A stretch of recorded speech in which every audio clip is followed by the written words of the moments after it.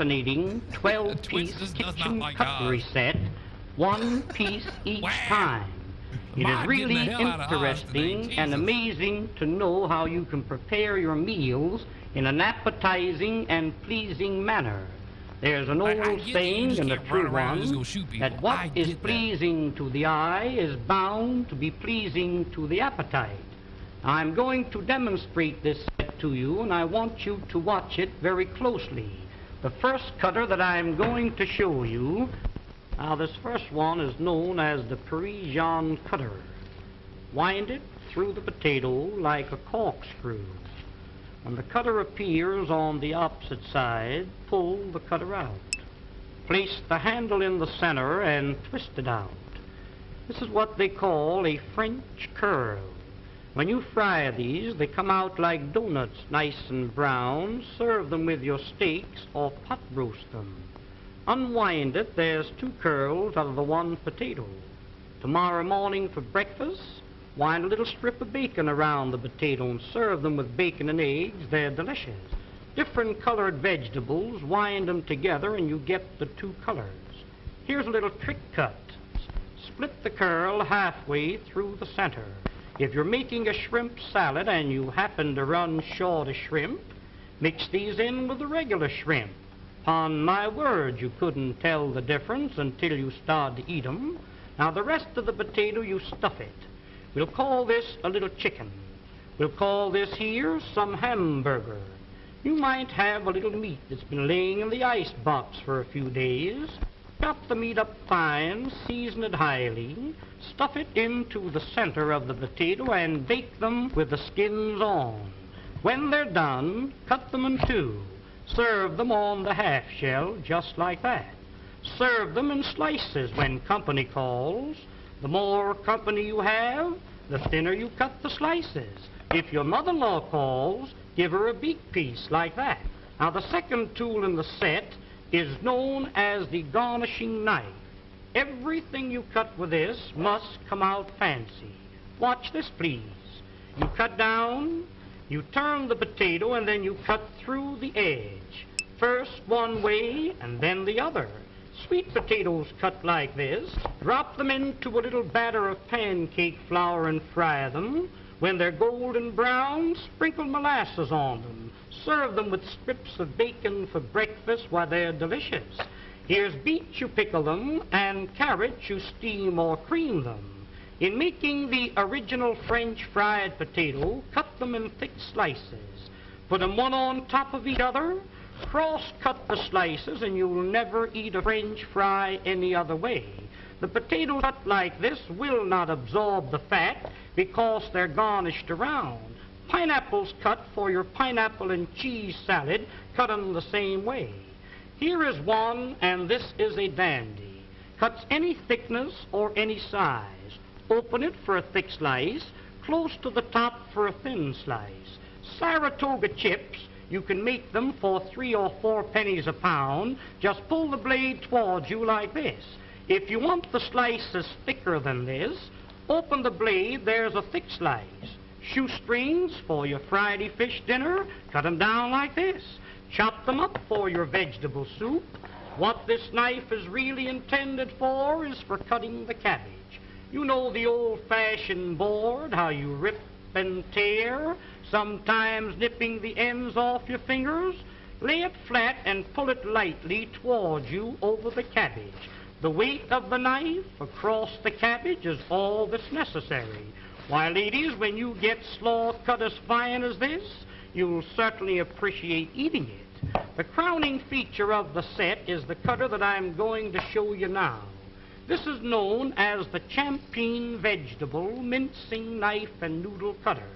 Now, when you want to make some real fine noodles at home, you roll the dough out like this. Dip this into a little flour so it doesn't stick to the dough, and as you roll it over the dough, that will cut the noodles in long strips, 10 at a time. Did you ever try to chop up a little nuts for cake? Why, I've seen ladies chop nuts and the nuts land up on the ceiling. Sometimes you chop the ends off your fingers. when you want to chop up a little nuts for cake, cooked meat, clams for chowder, soup greens to throw into your soup, making a little pepper or chicken hash is just a few strokes rolling it up and down. Why, here is without a doubt the meanest thing in the world to cut parsley. Put that in a grinder, you really grind it too fine.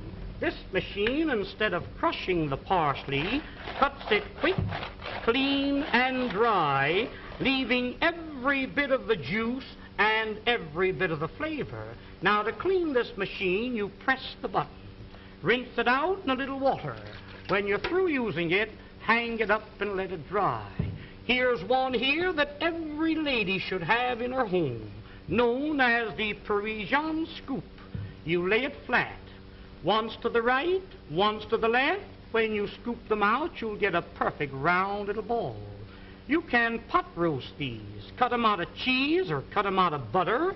When you're serving a fruit cocktail in the summertime, take your fresh cantaloupe, scoop them out like this, mix them with apples, pears, and watermelons, makes a delicious fruit cocktail served with a little cracked ice like you see here. But here is a tool, ladies, if you ever do get it, you'll thank the day you've seen this demonstration. When you press, it locks. It's like a pair of human hands. Reach in the oven and take the biscuits out of the oven. Ever take the hot potatoes out of the oven and burn yourself on the elbow? A roast chicken out of the oven, a piece of meat out of the pot, spinach, asparagus out of the water. Why, around canning season, when you're preserving the fruits, to take the hot fruit jars out of the water like that, that machine is worth dollars to you.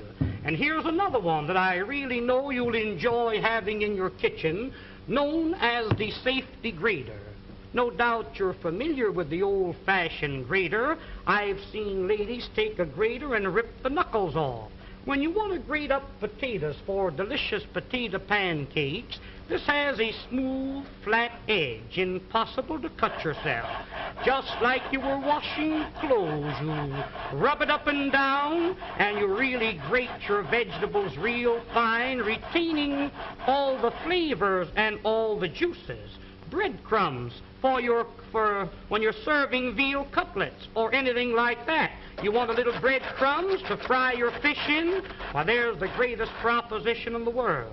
Use that for coconut, cheese, or horseradish. When you're through with it, just hit it down like that. That knocks all the food out. Rinse it out in a little water and hang it up and let it dry.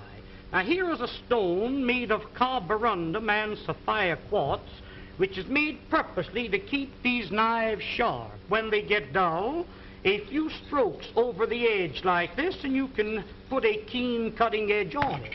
If you have a dull knife or a dull pair of scissors, an old sickle or a scythe, a lawnmower, cleaver, an axe, there's a tool that will really put an edge on the knife, so the knife will really cut for you. I just want to give you an idea of how sharp that knife really is when you sharpen it with that stone. Ladies, I've seen some of you try to open up cans. Now, there's a can of Campbell's baked beans. I've seen ladies open up a can and you poke a hole in it, go round the top, hippity-hop, and your finger slips. Let me show you a real proposition. Look, lay it on the can, lift up the safety, and turn the key. That locks itself on the can. No harder than you were winding up your watch. Wind up the key and that'll cut the top off of the can slick and smooth.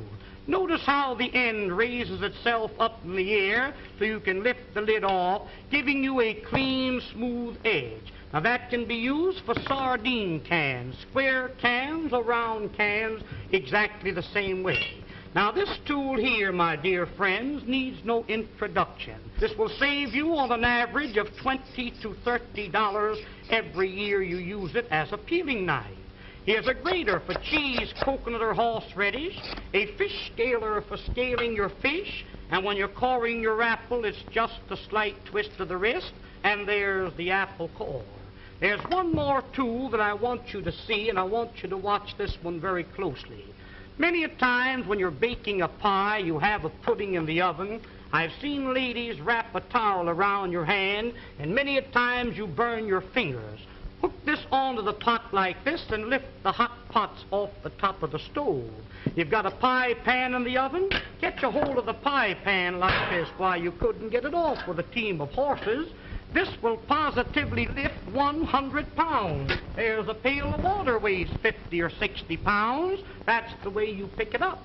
But there's one more tool. I'll be all through and I'll be finished. Oh, now the next tool and the last one is what they call the Sarah Bernhardt cutter.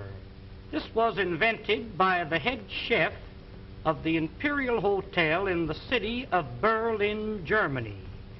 You place the screw into the center of the vegetable. Twist the vegetable until the threads catch a hold, then you wind this up. You keep winding until you utilize the whole potato. The faster you turn, the quicker the slices. Why, ladies, here's a machine for slicing onions. The first onion that you slice with this cutter, you'll bless the day you've got a hold of it. Every slice cut exactly the same thickness. Every slice cut the same size. In making what they call a rosette, pull the vegetable out like this. Pin the ends together with a toothpick. Drop that potato into the hot fat and fry it. That will come out like a donut, golden brown. If you're serving a nice fish dinner, a little parsley goes in the center with the fish all around it. Makes a very appetizing dish. Did you ever try to slice onions with a knife? You know how you get one thick slice and one thin slice? Run the knife through the center. That will separate each slice individually. Almost like magic, there is every slice cut exactly the same thickness and the same size. Wouldn't you like to have a set like this in your kitchen? Why, of course you would. Now don't forget, attend this theater every week and receive this 12-piece fascinating...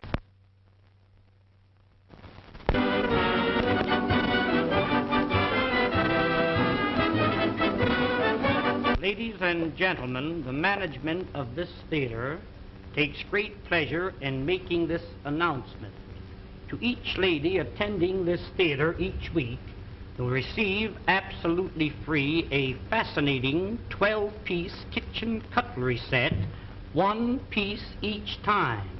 It is really interesting and amazing to know how you can prepare your meals in an appetizing and pleasing manner. There's an old saying, and a true one, that what is pleasing to the eye is bound to be pleasing to the appetite. I'm going to demonstrate this set to you, and I want you to watch it very closely. The first cutter that I'm going to show you, now this first one is known as the Parisian cutter. Wind it through the potato like a corkscrew. When the cutter appears on the opposite side, pull the cutter out. Place the handle in the center and twist it out. This is what they call a French curl. When you fry these, they come out like donuts, nice and brown. Serve them with your steaks or pot roast them. Unwind it, there's two curls out of the one potato. Tomorrow morning for breakfast, wind a little strip of bacon around the potato and serve them with bacon and eggs. They're delicious. Different colored vegetables, wind them together and you get the two colors. Here's a little trick cut. Split the curl halfway through the center. If you're making a shrimp salad and you happen to run short of shrimp, mix these in with the regular shrimp. Upon my word, you couldn't tell the difference until you start to eat 'em. Now the rest of the potato, you stuff it. We'll call this a little chicken. We'll call this here some hamburger. You might have a little meat that's been laying in the ice box for a few days. Chop the meat up fine, season it highly, stuff it into the center of the potato and bake them with the skins on. When they're done, cut them in two. Serve them all. Evening, everyone. How we doing tonight? So, yeah. I'm not even really done cleaning here, but let's go ahead and make dinner. How's everyone doing? Sort of out of it tonight after Thanksgiving yesterday. Didn't really still have my wine from yesterday. I didn't even open it, so I actually think I'm gonna go ahead and open that right now. We got a nice Cab Sav from Hannah. This should be a lovely wine. I haven't had this year, I don't believe, but this is one of the vineyards that I have been to around here. So especially now, but I've been putting off doing wine tasting several places.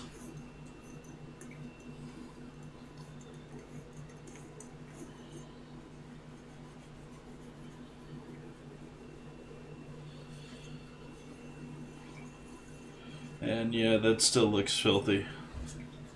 Let's give that a proper clean.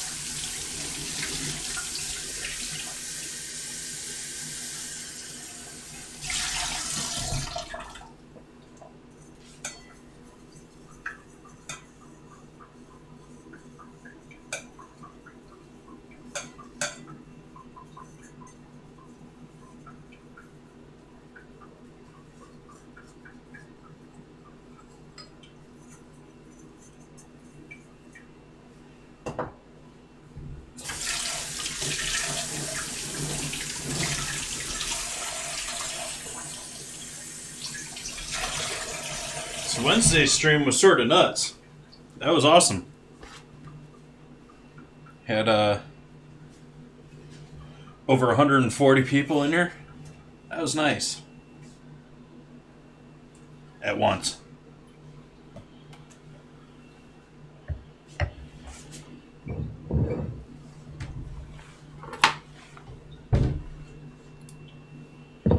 Doing the pickled veggies because I've got the cauliflower and peppers sitting in the fridge. Don't really have huge plans for them, so we can throw them with some carrots and maybe some shallot and pickle them all together. I love pickling things with sweet peppers. It's just works so well. Oh, I've got some serranos, so we can add some heat into that too.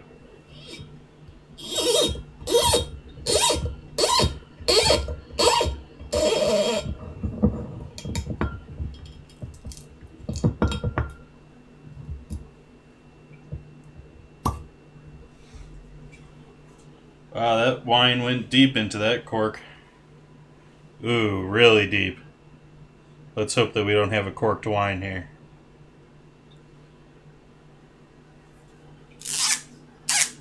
Hope that we don't have vinegar.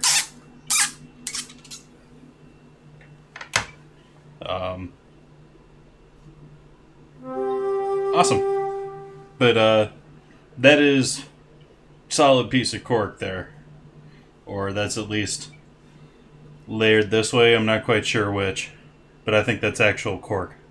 Which is almost sort of rare at this point. But they are a actual family vineyard. Whereas most of these guys, whether they call themselves a family vineyard and are run by a family, vast majority are now one of the big 3 or 4 wine companies.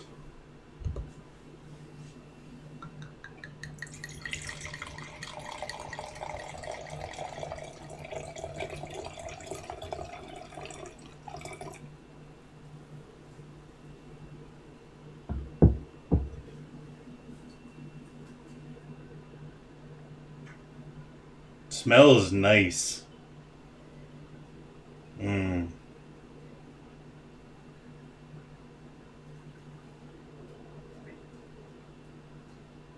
Okay.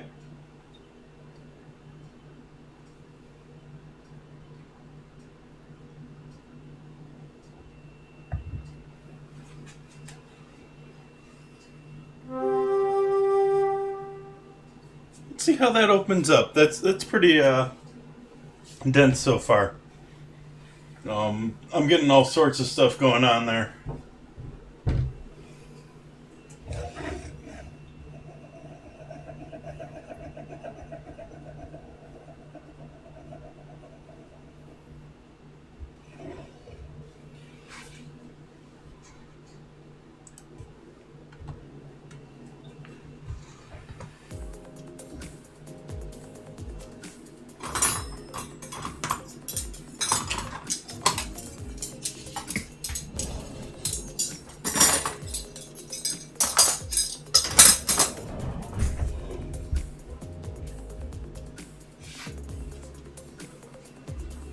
Okay, so for what are we starting with tonight? Let's do our shortbread first. Or at least make the dough for that first here. Oh, forgot to pull that recipe up. It's one that I've already used here on stream. It's in the Discord under recipes to try. I did it before with raspberry and white chocolate, but I really like this shortbread mix, and so I'm gonna redo it, but do it with the leftover jellied cranberry. I'm gonna leave a little bit for tonight's sandwich, but mostly just so that I can say that I put it on the sandwich. And it's not going to be the actual Friends recipe Moistmaker sandwich. Moistmaker. It's just what I've got left over from my own one, and I'm gonna hold with the centerpiece of bread, so it's gonna be somewhat close.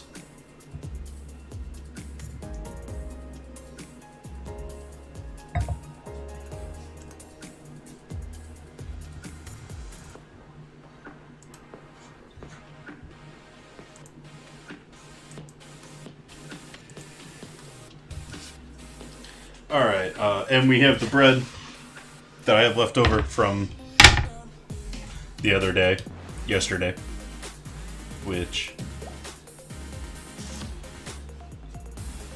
Wow, how many windows do I got open? Okay. Which turned out looking good. It's maybe a little too wet, but it'll work fine for a sandwich tonight, I think. Haven't even broken into it. Didn't even get through the rolls. I mean, it's Thanksgiving, but I still way overdid things. So we are getting started with that shortbread recipe that I've already talked myself away from. We need butter that's warmed up.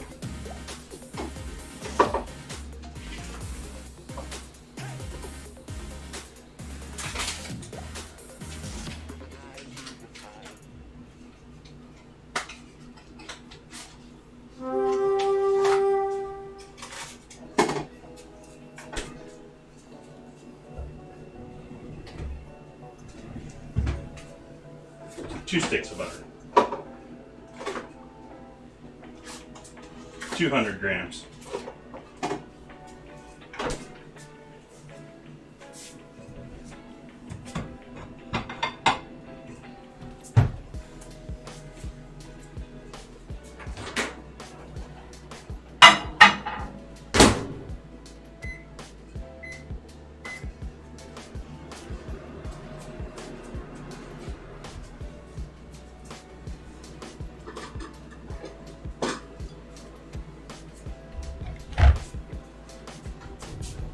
Grab my coffee scale.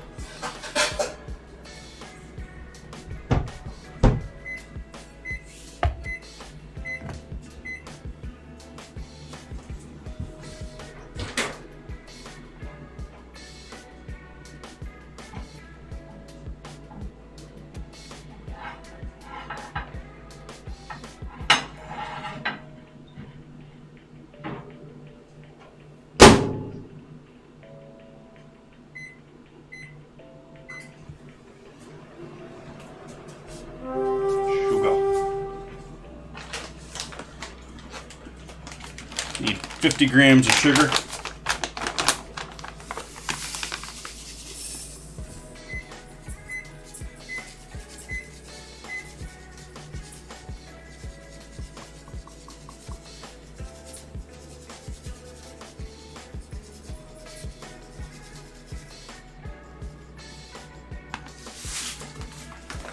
Oh, come on. You said 50 and I move away.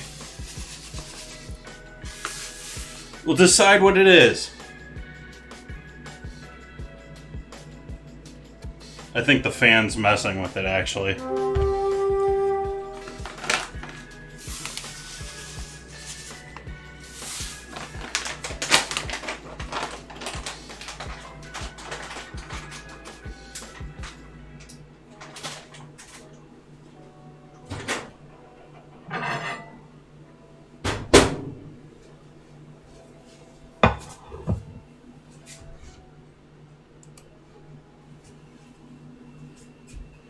And you guys couldn't see it either, unfortunately. But it said 50. And then I moved away and yeah. It's all over the place. You guys still can't see that. There we go.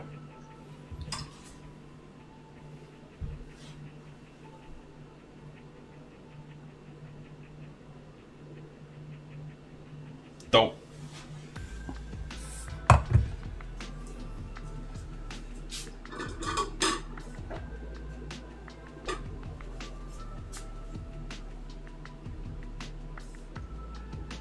Off. There we go.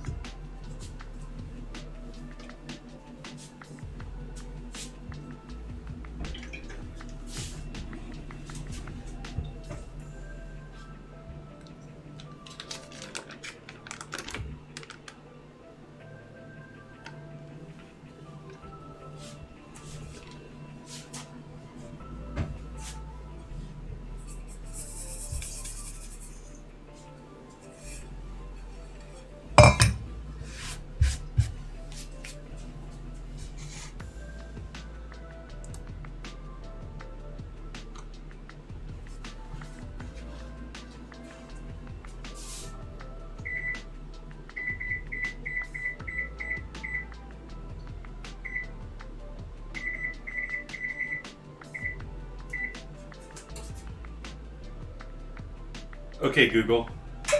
180 degrees Celsius is what Fahrenheit? 180 degrees Celsius is equivalent to 356 degrees Fahrenheit.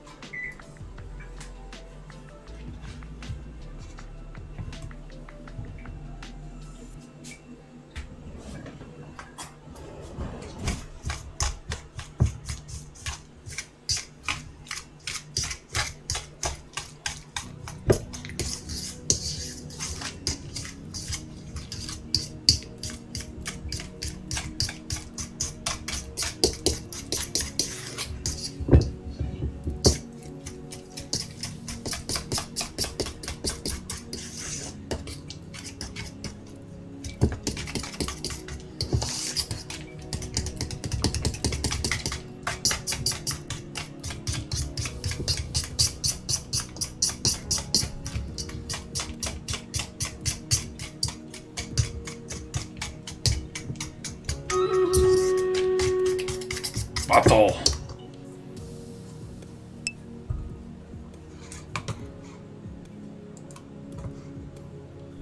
See how we do. Welcome in, everyone.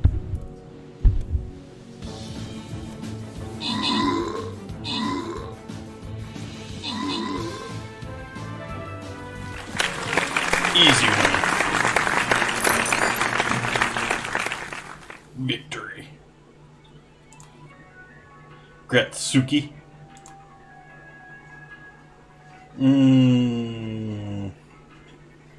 turkey or chests.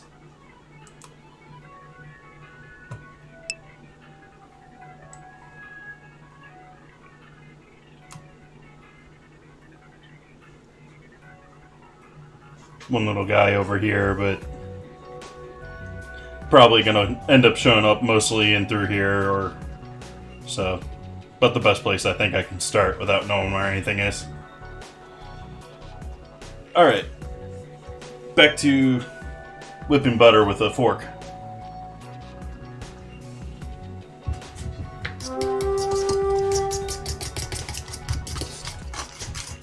Oh, we had a follow there. Mizuko TV. Thank you for that follow. Welcome in. Thank you, I appreciate the compliment. I don't own it.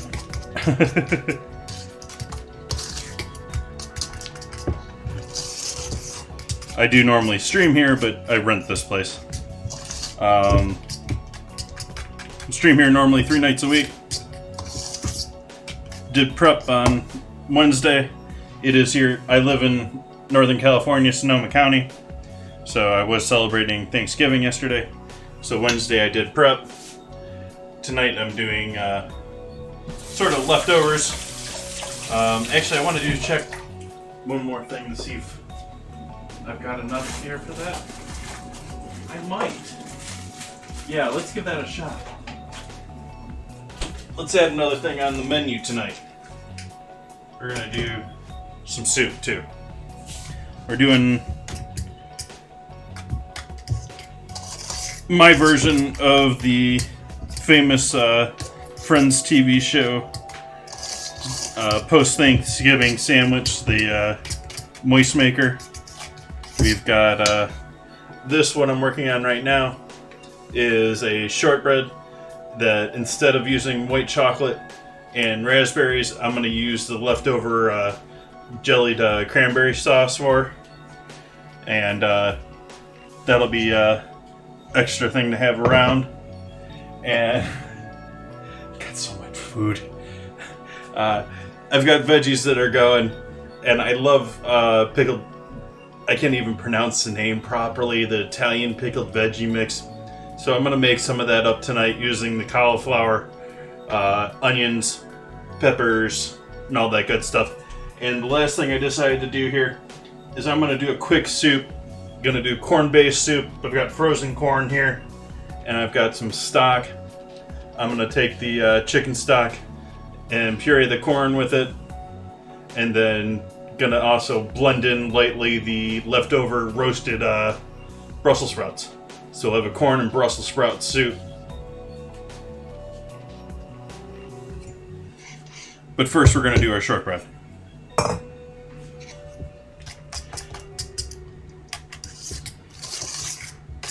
Because those Brussels still have great flavor, but I just can't imagine them without having to like roast them again practically in the oven being really great texture again.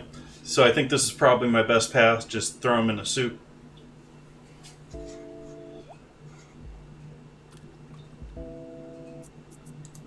Pull this recipe back up here.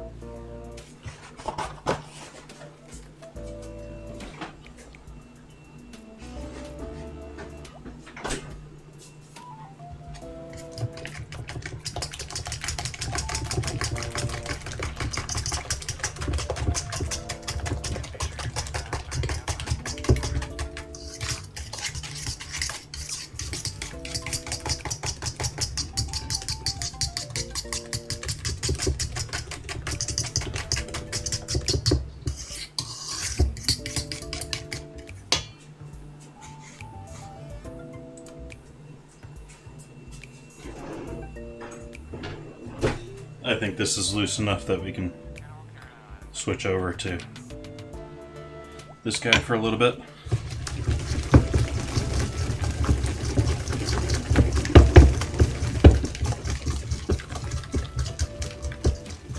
See how it thickened up as it got properly mixed.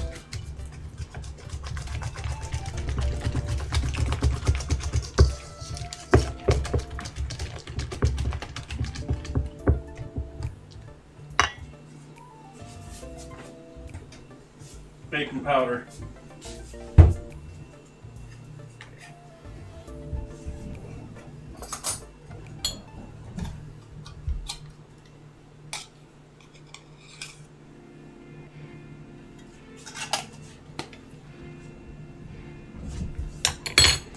Don't know what I'm doing trying to put that spoon back. And hopefully we got enough flour here. We're getting to the bottom of our little bin, my refillable bin. 260 grams. So we'll break the scale back out here.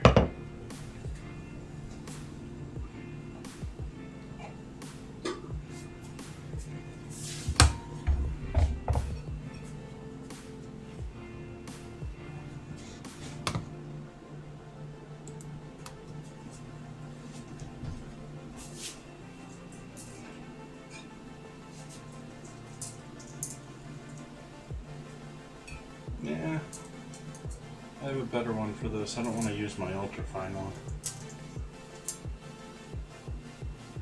I think this one might be the better one.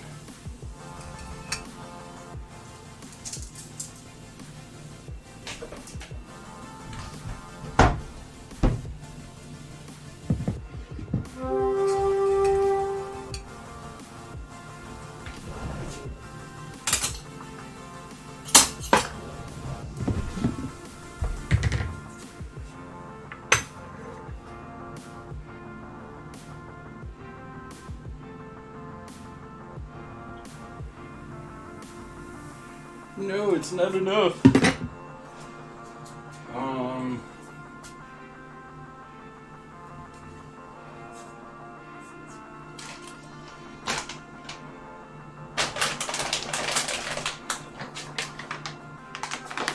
I have more AP flour, but I have it all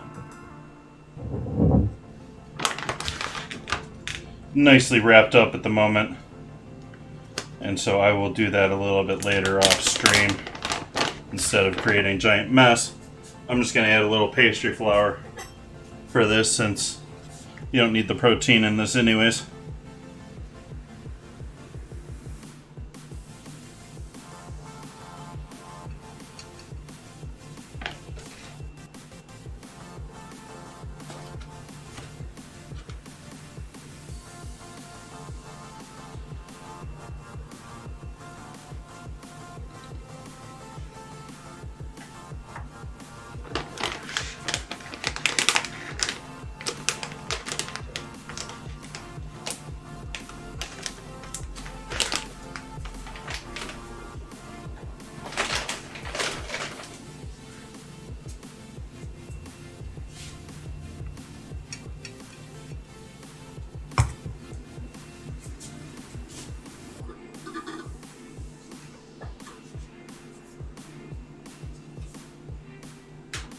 No, off, not zero.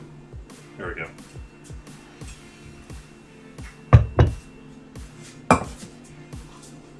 So I think I'm going to cut this fan for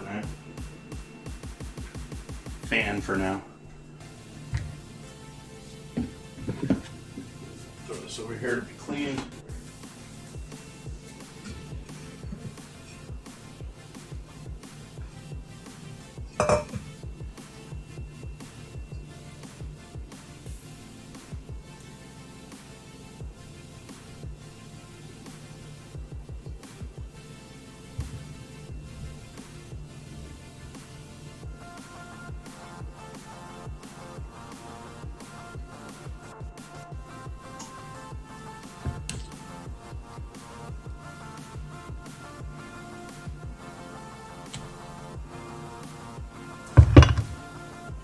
Trying to get you a good shot of it falling down, but not working too well. I'm hitting the camera more than...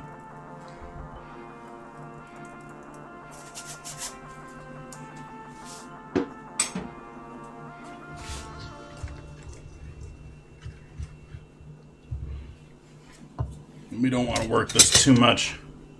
So we're going to switch now to a spatula.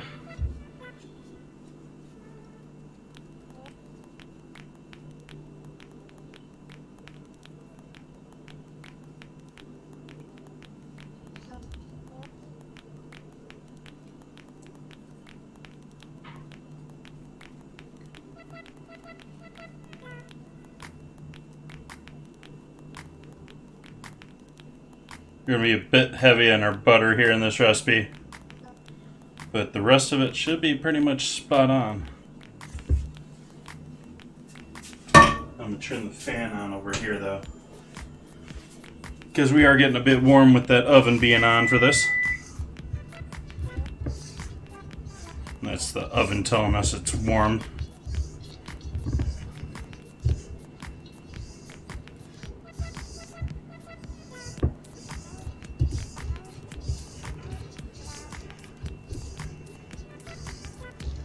So we're just mixing this until it basically comes together.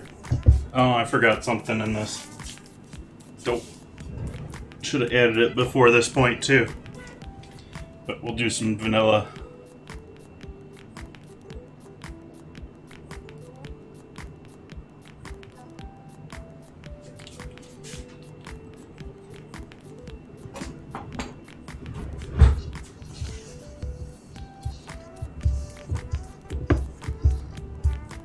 But yeah, we want this looking more like, and it will once we get it all the flour wet, look more like a cookie dough than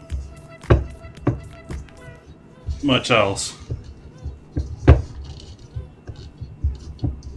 Which we're starting to get there.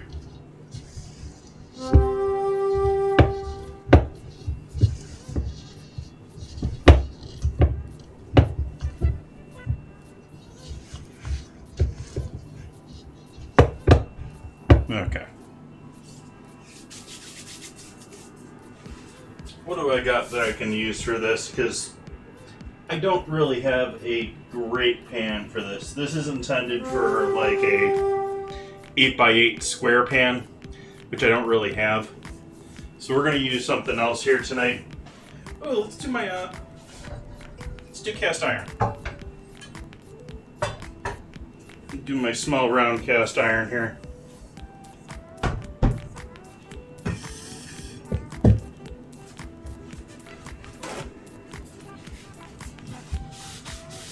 Give that a good wipe out here. Get any of that good loose carbon off of there.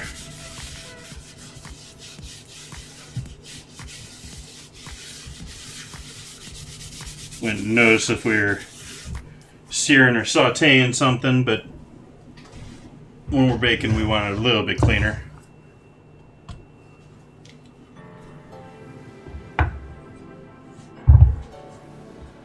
Let's see how this wine's developing here.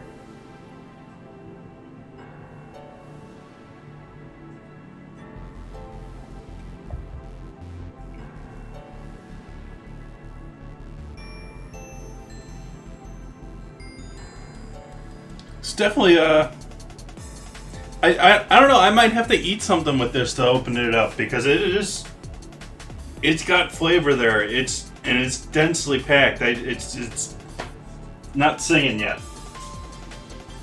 I don't know if it needs more air or if it needs some acid to cut it or something. Not that my mouth isn't watering from the acid in there already. Need our jelly cranberry, and we need some butter. Even more butter.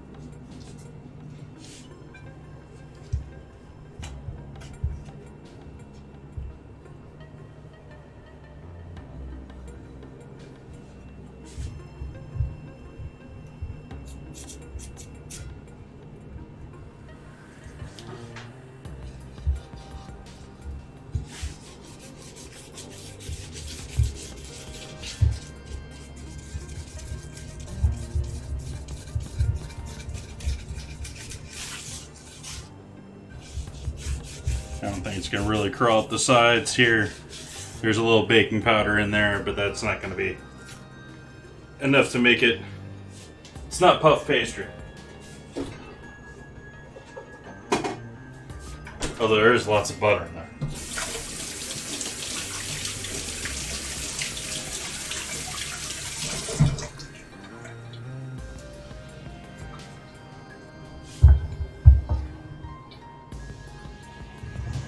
So we'll start by making sure we got all that flour off both sides of our spatula here. And we're gonna spread out at least half of this, if not slightly more, and put that across the bottom of the pan.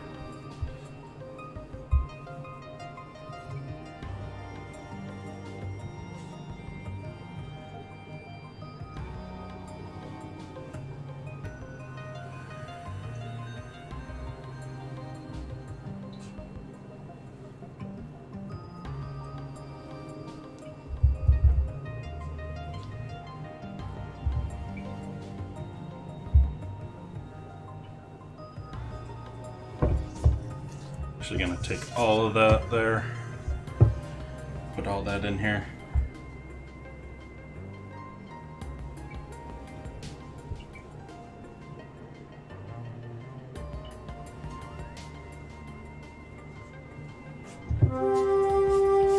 Pull our whisk or our strainer back out here.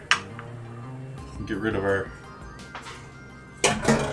flour bowl or our weighing bowl. Get rid of our weighing or our microwaving plate.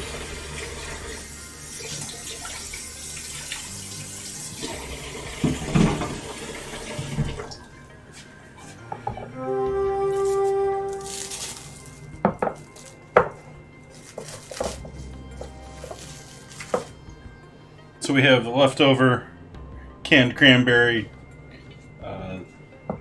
puree from yesterday. Good stuff. Glad to have it once a year. We're going to use most of that up tonight. Put most of that here into our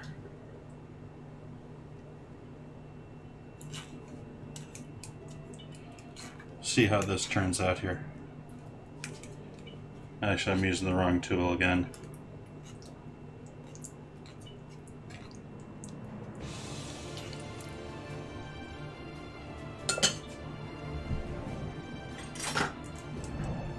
The broken handle on this doesn't work great.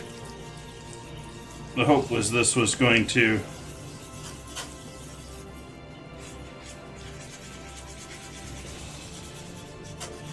loosen it all up into small enough, and it failed.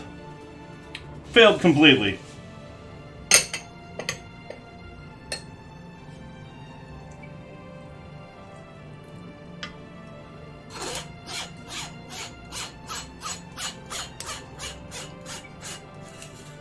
Didn't need to be strained of anything. What I was trying to do there is hopefully sort of cut the jellied texture of it and just have it drop down, but did not work.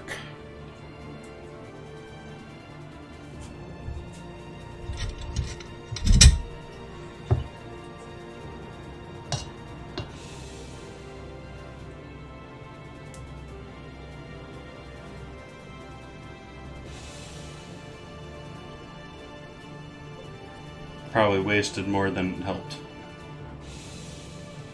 Actually, definitely wasted more than it helped.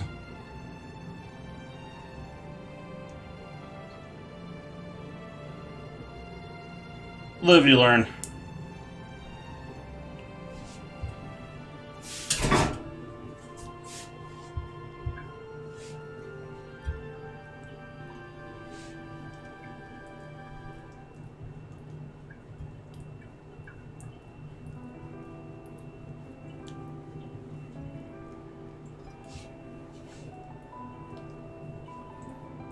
This would be awesome with some white chocolate in here too, but I just don't happen to have any around the house.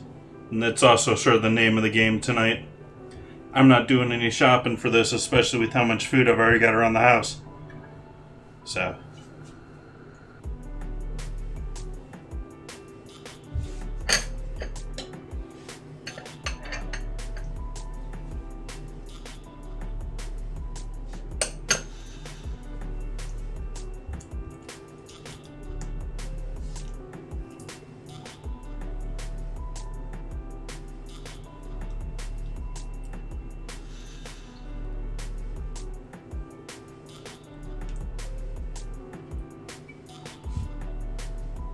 I want a couple of chunks in there.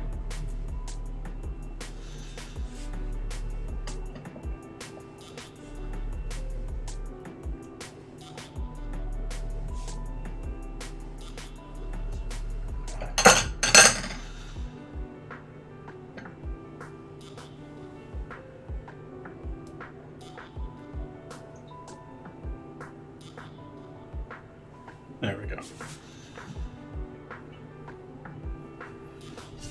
The rest of this we're supposed to crumble over the top, which is why I definitely did more like 60% to the bottom. But you do want a healthy coating on this. You want it, especially if you're using a filling how you don't know how it's going to react. You would pretty much bury it.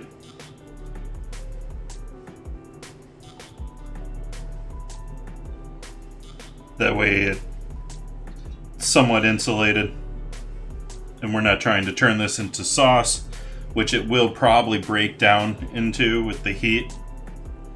So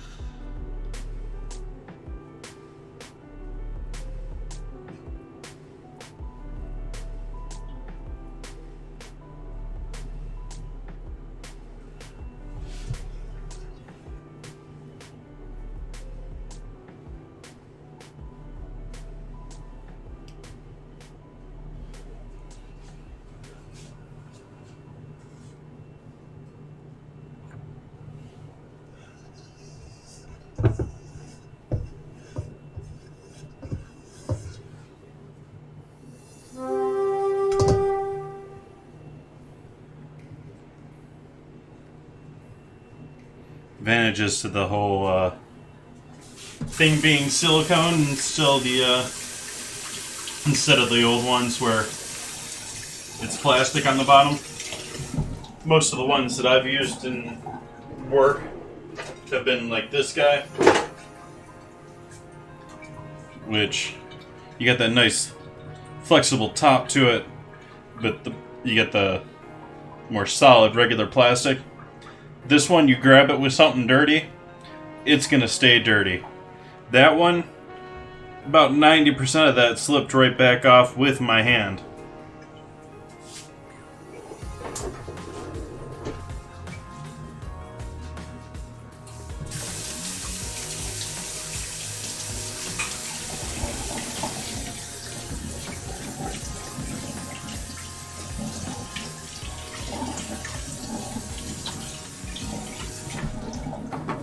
So the downside with these guys is if you're too rough with them, you end up getting the middle interior poking through. You can't use them around sharp things, that sort of stuff.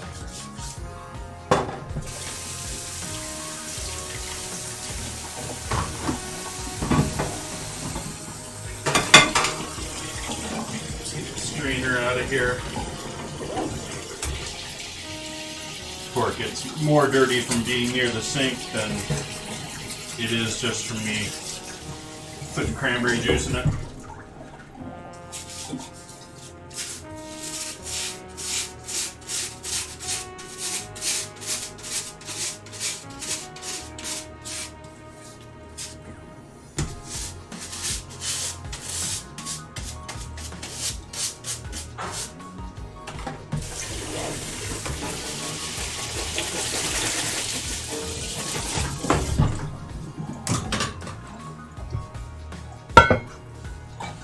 And so this is going 350 degree oven. 360. I asked Google and it I think it was 356 and change, so I did 360.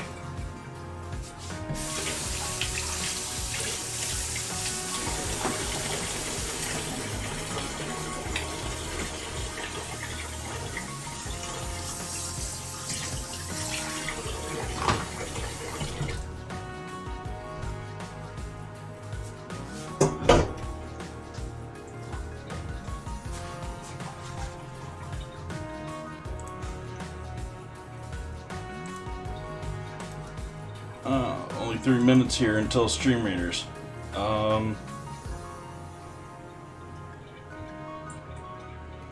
Okay. Done with that. On to our pickled veggies.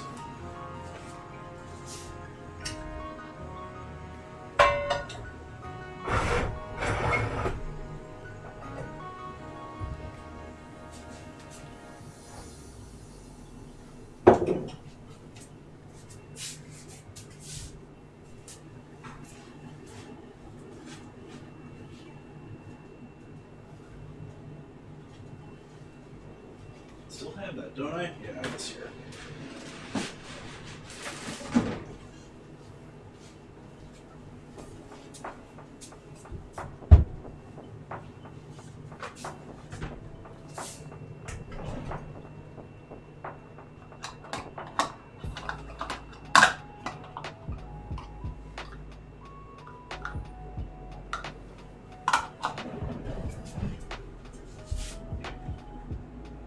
And do a half cup of white vinegar.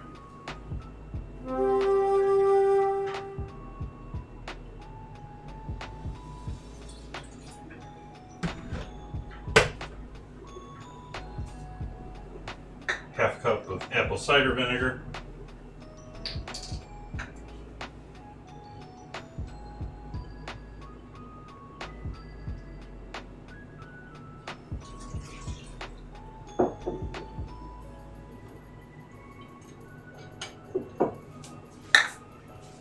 A little wine. Why not?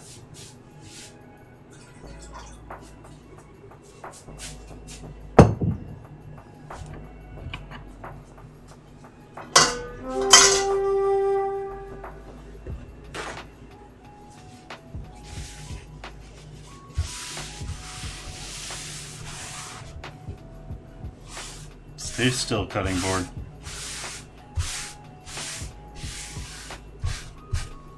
Yeah, I know it's messy over there. I'm gonna leave it.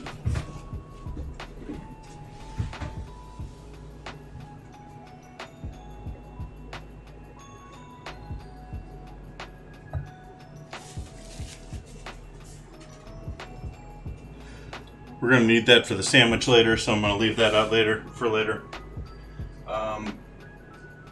Need another 2 cups of water, or a cup of water here. And you're not seeing what I'm doing because I don't have the stove up there anymore.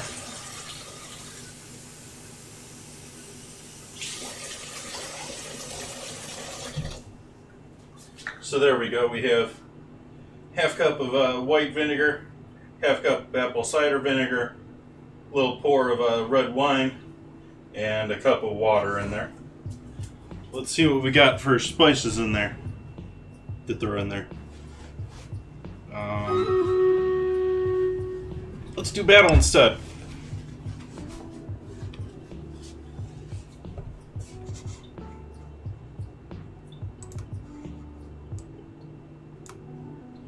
Oh wow, they all went up towards the top there.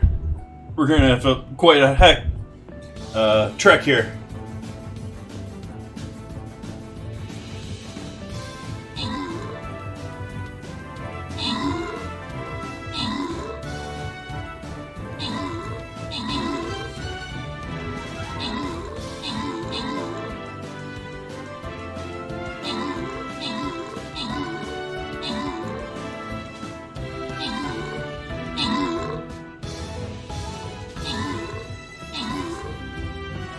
Wow, a tank with most assists.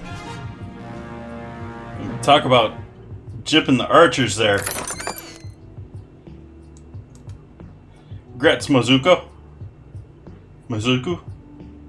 Sorry if I destroy your name. Apologize, glad to have you in here.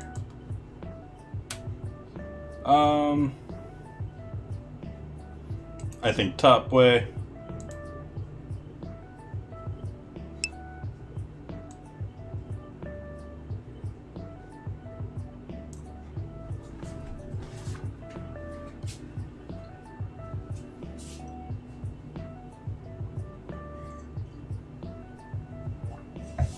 So there we go. We got, looks like all spearmen here and tanks.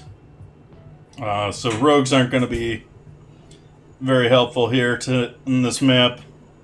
Going to want to use your archers, your paladins, your ranged, your bombers, all that good stuff.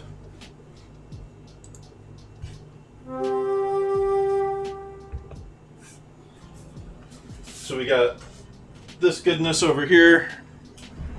Let's see. Let's do a splash of cayenne.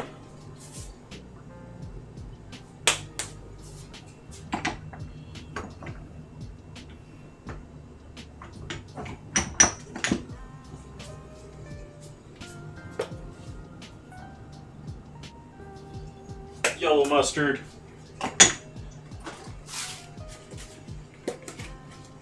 Caraway.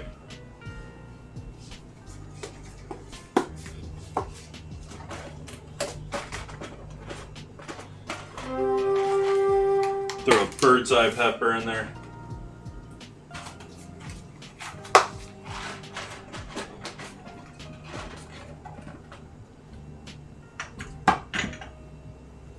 Get some black mustard seed.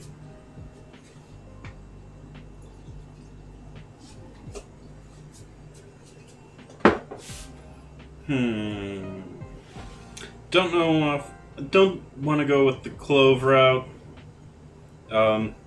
Sort of wish I had some dehydrated garlic or onion. I should do that. I mean, I have a dehydrator.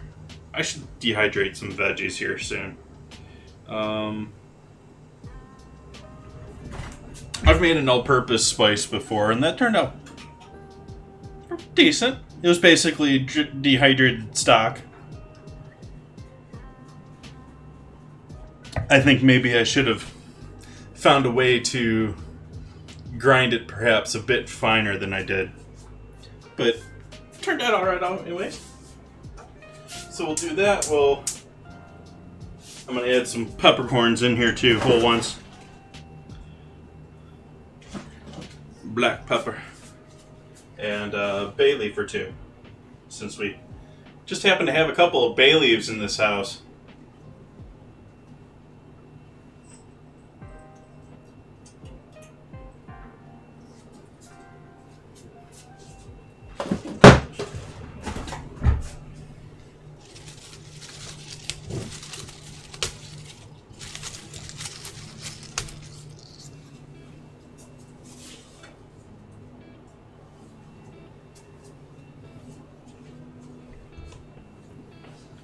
And meanwhile, we'll get out all of our veggies.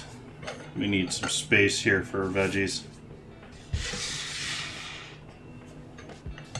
So while we're leaving this out, we're not going to leave the ladle anymore.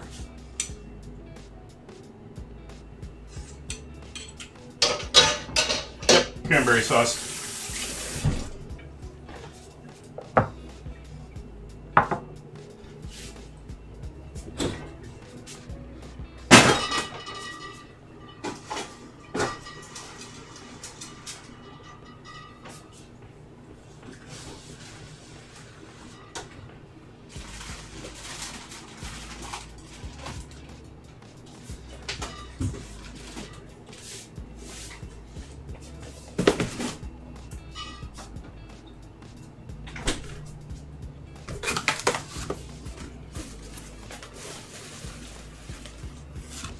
Definitely going to use the celery in this tonight. We'll use a couple of these carrots that I saved for salads.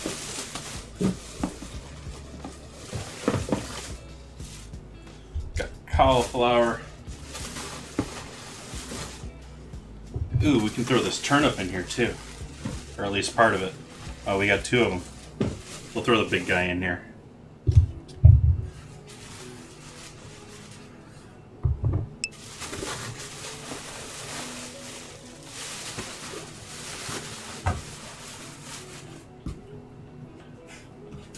No, it's stolen from the Friends TV show, if you're familiar.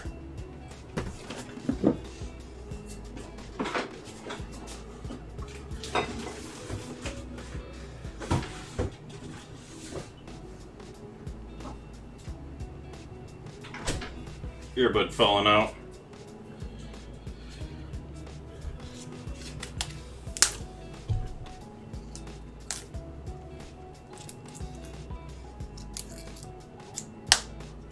Welcome in, Cab Hunter. How's your evening going?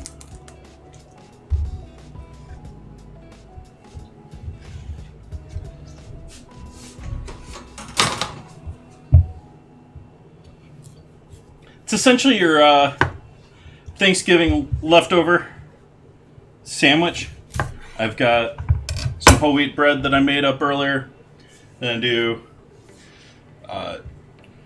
sliced turkey, the bread stuffing, do a center slice of bread that you soak in gravy, and then you put a little bit of mash, a little bit of the cran jelly, and top to it.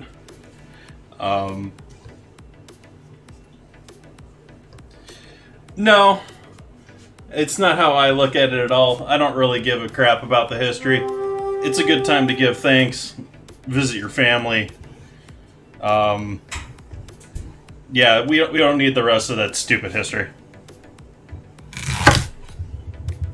So, horrible looking turn up there.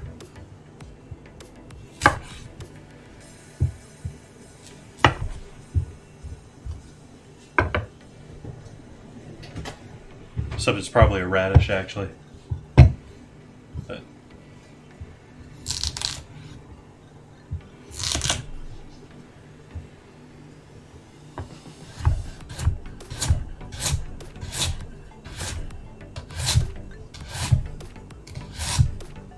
it's going to look pretty now. When we put it into a pickle, the red color of this is going to bleed, and it'll end up coloring the pickling liquid, and these will be more, maybe a little color left, but they'll mostly be white-green.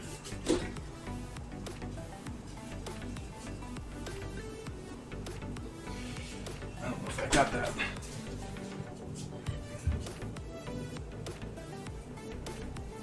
Yeah. I got a lot of leftovers, but I've also got all these veggies that I need to use up somehow. And pickling is a great way to keep them around for longer without them going bad.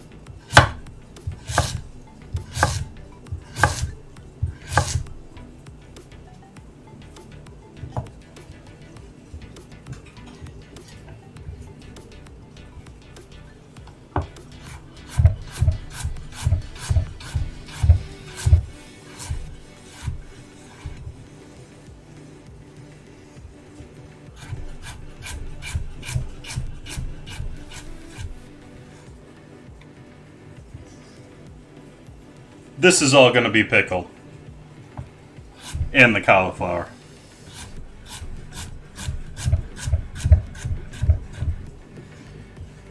This is an Italian style. This is an addition of mine. But otherwise, this is a sort of Italian style pickled vegetable mix.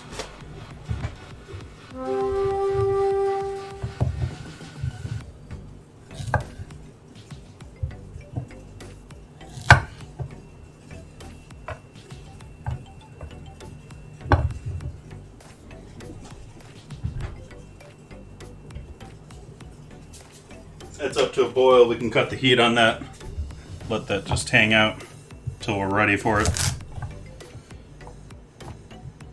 Hopefully that's enough liquid for the plans tonight.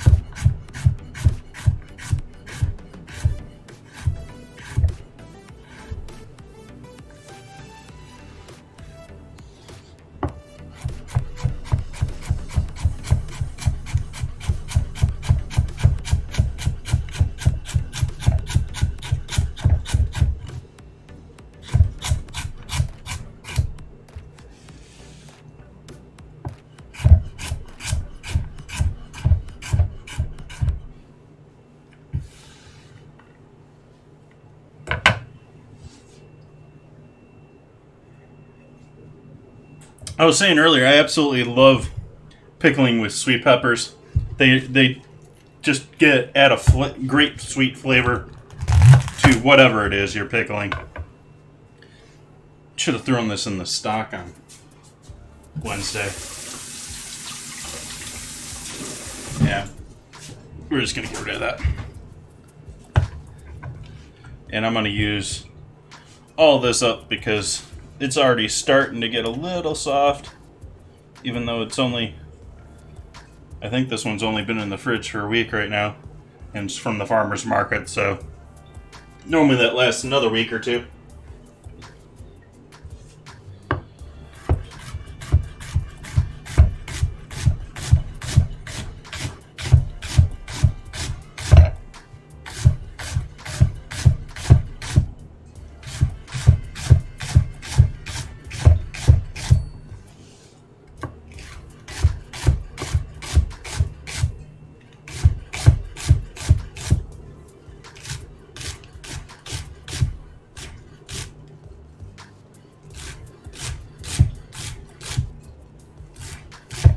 I'd rather stay mostly private about that, but I have plenty to be thankful without that.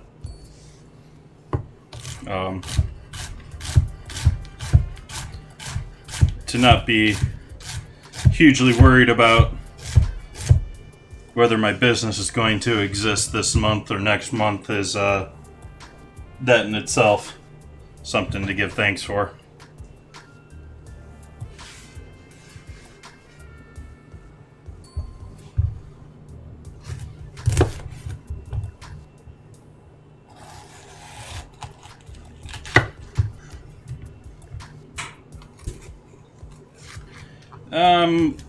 I would call myself retired.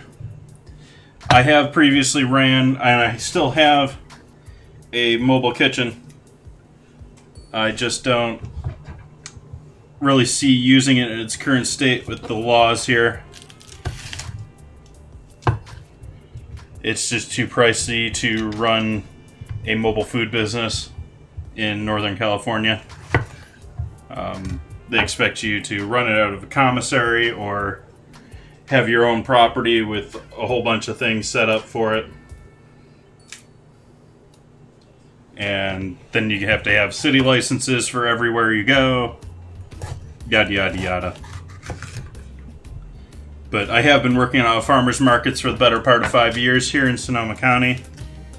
And, yeah, sort of gave up on that because of just how many fees, how many ridiculous... I mean, I'm not going to say what city, but actually one city where I was doing a farmer's market at, it was in a county-run parking lot, so it was not a part of the city's official land. They didn't care. They still sent a guy out to sit there and harass everyone. Why don't you have a city permit? You're working in our city limits.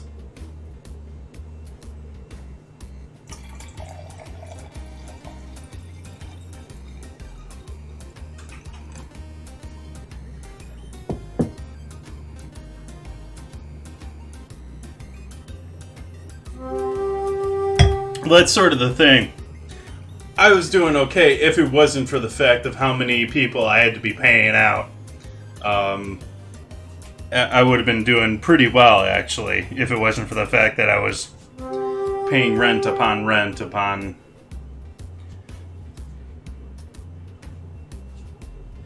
But the fact that...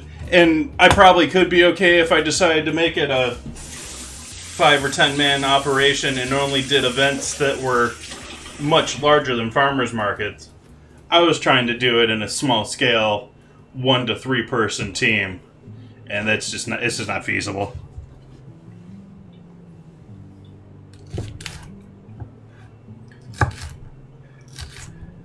In city limits, yes, but on county land.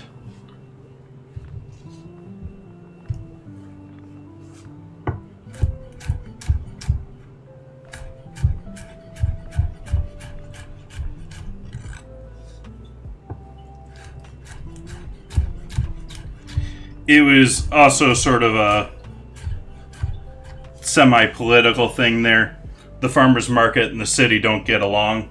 That's sort of why it's on county land. Even though it's one of those situations where there was already an operating farmers market, and they got into not so happiness with the city, and then leaders from the city decided to open up their own farmers market, and all of a sudden all of our rights and everything get restricted. And this happened years before I was even in it, but this is the timeline that as I understand it, is you had one farmer's market that was operating. They got unhappy with the city, or the city got unhappy with them. I'm not sure which. And so they moved on to county land, and the city opened their own one. Which is hilarious because the city one has the same issue that the one I was working with had, which is all the other businesses were complaining about it.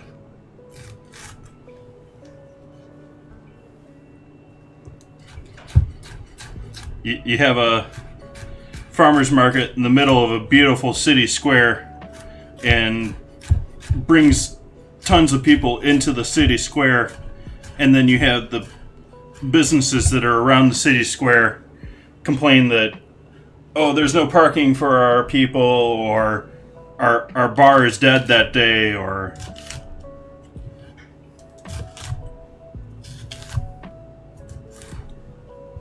it's really silly, the politics of it.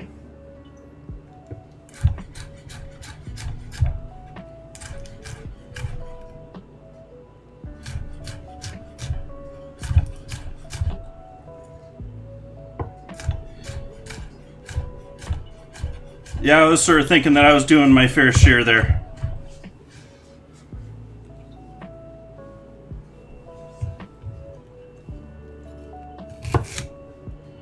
But that's also why I'm not doing it anymore. It's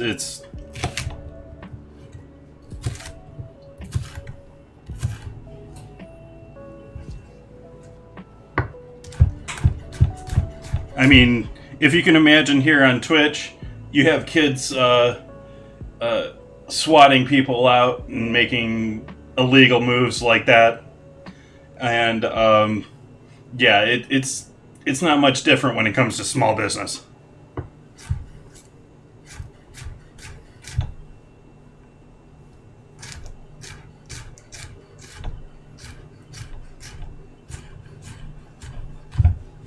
And I'm forgetting how long this shortbread was supposed to be in the oven.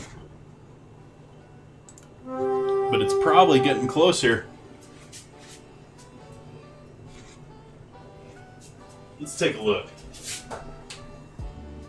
Oh, we're going to give that a little bit longer. I didn't set a timer. I'm going to say it needs at least another 10 minutes. It's supposed to take 25 minutes. If anyone's keeping track, they can let me know.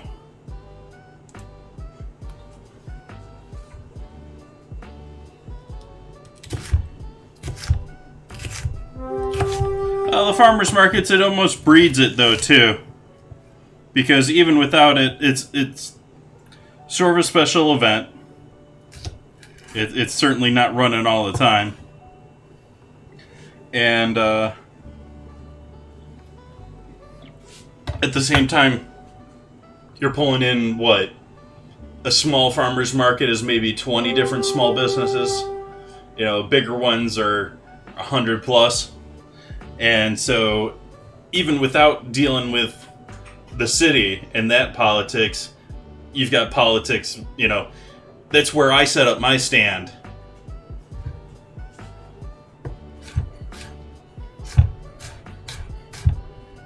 Which I luckily... I had a big, or I still have, big 20-foot catering trailer. So it was a little more set in stone for me. It was like, yeah, he's parking there.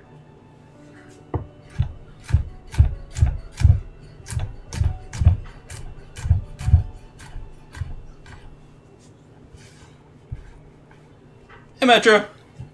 Yep. You got all this fresh veg in the house. Gotta do something with it with all the other hot, wonderful food around. So we're gonna pickle these guys and make some stuff with the leftovers here. I'm adding a soup to the menu tonight. Gonna be doing a corn soup with the leftover roasted Brussels sprouts. We got bread here that I'm gonna use that I didn't break into last night. Gonna use that for our Friends TV show-esque Moistmaker sandwich with the gravy-soaked center piece of bread.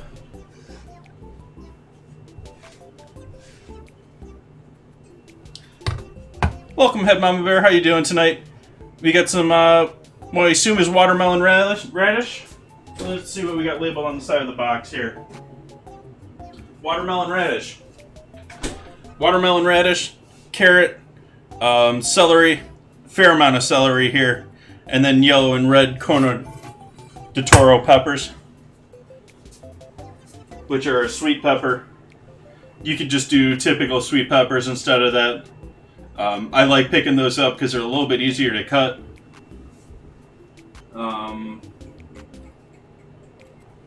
I was going for shallots. Where are those? There we go.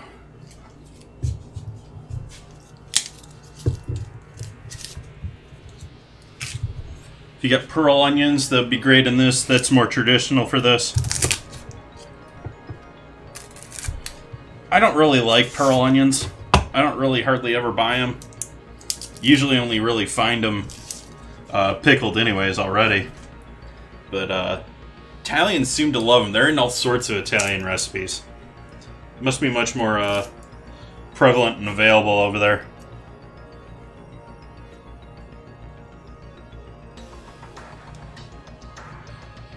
As far as pickling, I just try and put in a bunch of stuff that I think will taste good. I've done all sorts of different pickles. This one's just sort of generic. We got some on the stove there. I've got spices from down below. We got a couple different types of mustard. We got bay leaves from this guy. We got black pepper. There's a Thai bird pepper in there. There's a little bit of cayenne.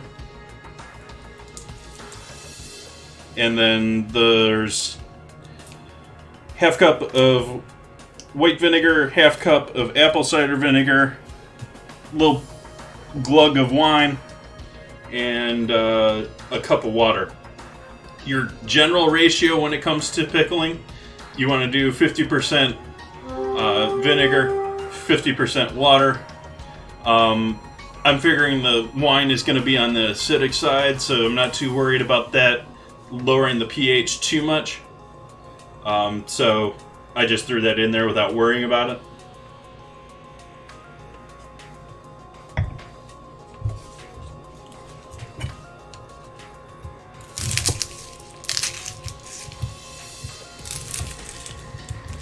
But sometimes I'll use pickling spices. Other times I just grab what's in my cabinet, like tonight. There's some really good pickling spices out there too. There's all sorts of interesting things you can throw in them. I really love, though, just about anything pickled with sweet peppers in there, because they flavor that brine over time, and or that pickling liquid. It's not really brine.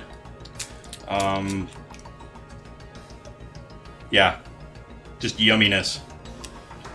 Doing a little pickling tonight, Ruby. Doing a little pickling, making a sandwich, making a soup. We got some shortbread in the oven. I'm using a shortbread recipe that I've used before, along with the leftover jellied cranberry, to make a shortbread for maybe breakfast or something. Again, I'm using up leftovers here for tonight, because there's just so much food in this house. And same thing with the pickling. We got all these fresh veggies. Don't really have great plans for them.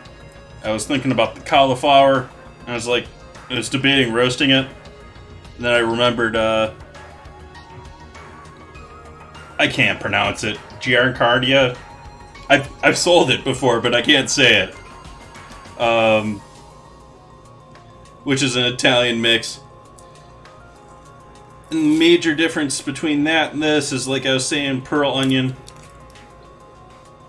instead of the shallot. And I'm adding the watermelon radish.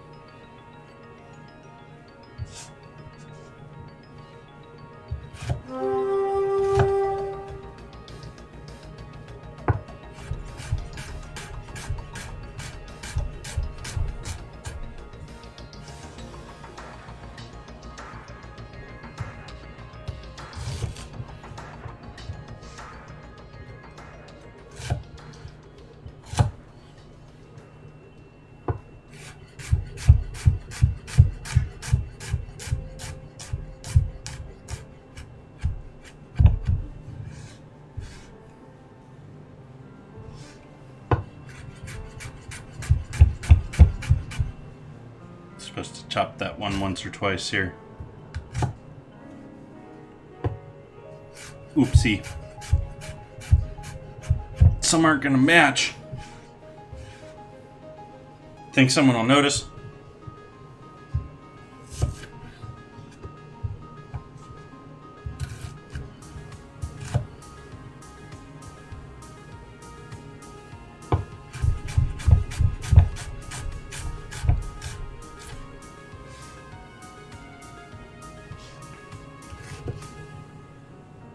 Strong shallot here. This is making my eyes a little bit twingy. Usually they're pretty good these days, but that was a strong one there. We're going to cover that with other veggies here. Try and get rid of some of that acidic smell here. Because that's really what it is. The acid actually aerosolize when you're cutting it. Gets to your eyes.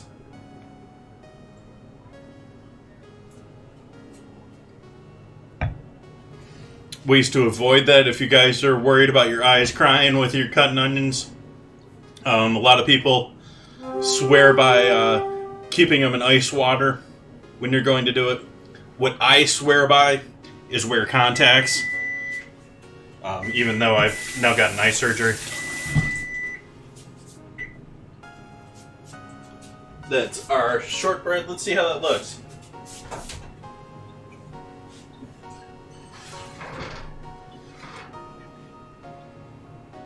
I want to give that another 5 minutes or so. That's looking nice. But I want a little more color on the top.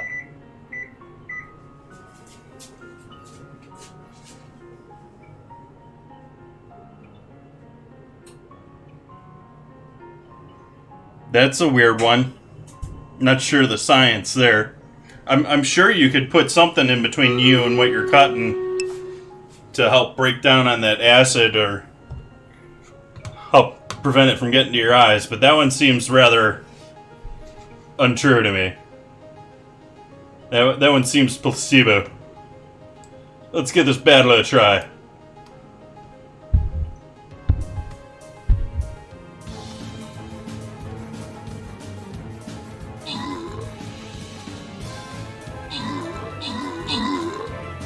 X-Pie just sniping from the side there.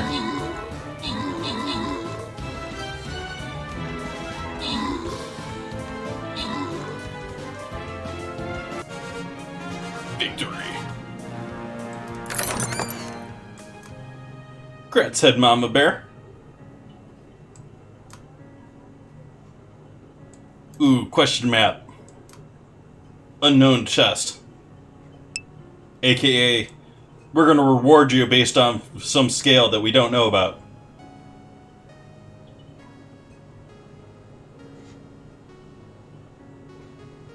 Let's see how this goes. Take on the orcs.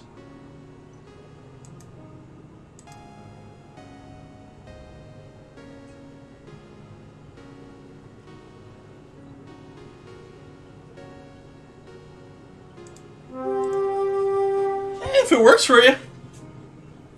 I'm not gonna say it can't work, but I don't understand it.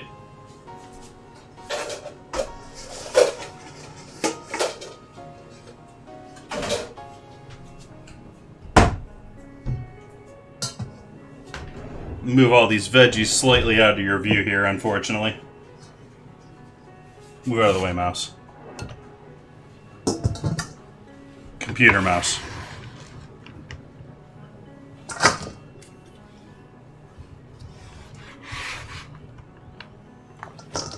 As I was saying earlier, I don't know if anyone's new in here in the last maybe 15 minutes or so, but those watermelon radish, they look gorgeous right now. But they're gonna lose that red color.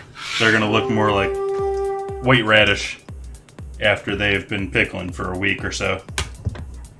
Which we're doing, it may not last a week here, we'll see. Because we're doing a quick pickle. It's not intended to last forever. We'll do this way.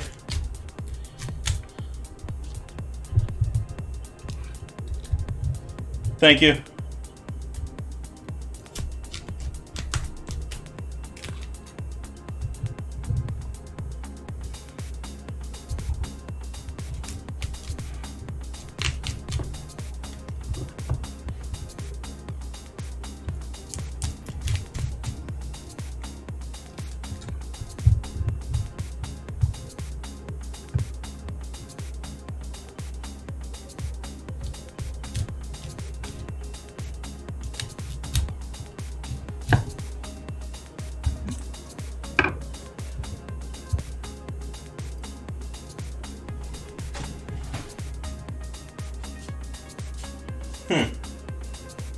Like, it could be...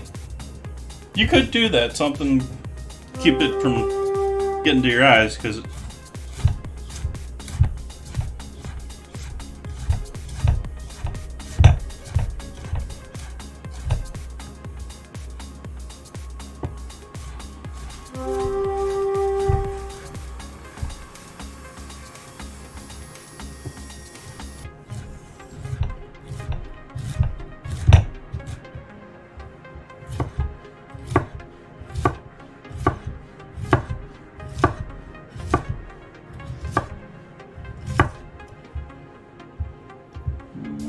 Yeah.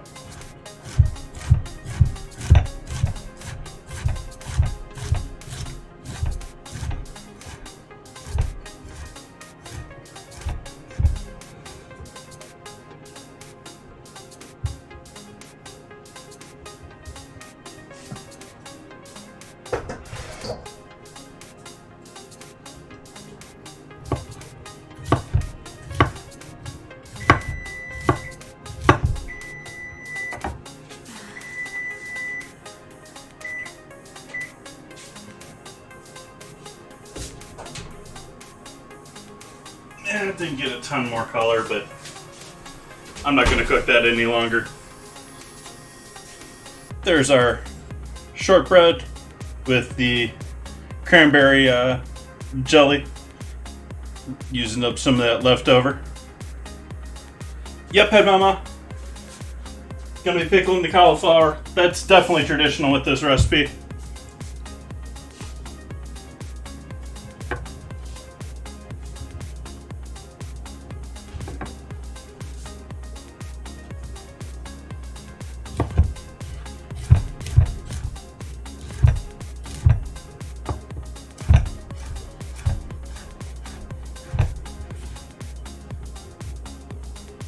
Even though we're doing an untraditional version of this pickled veggie.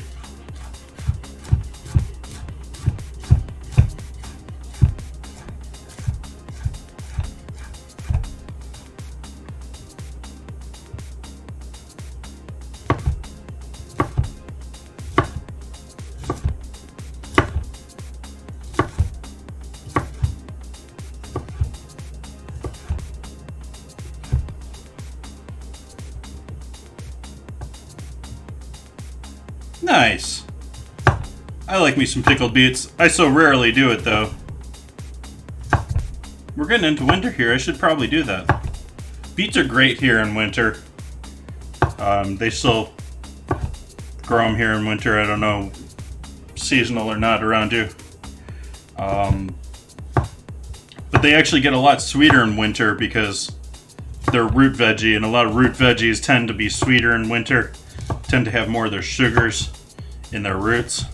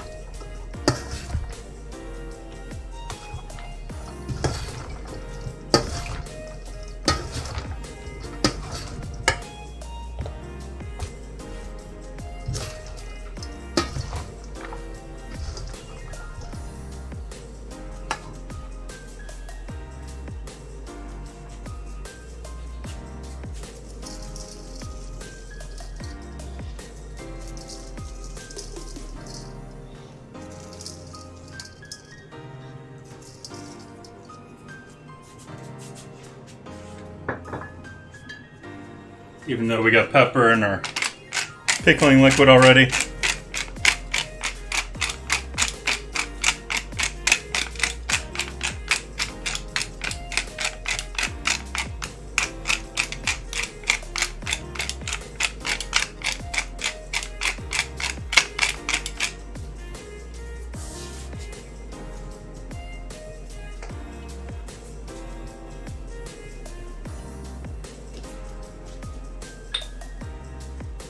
MSG.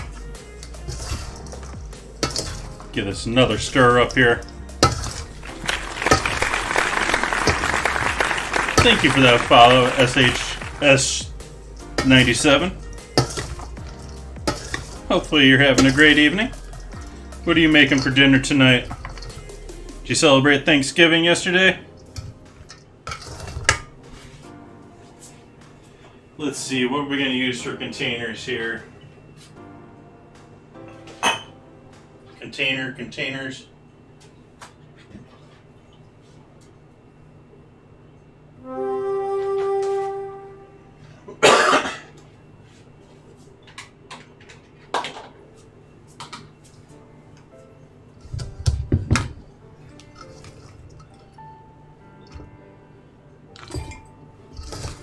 I'm hopeful this is going to fit in here. I don't really think that it is.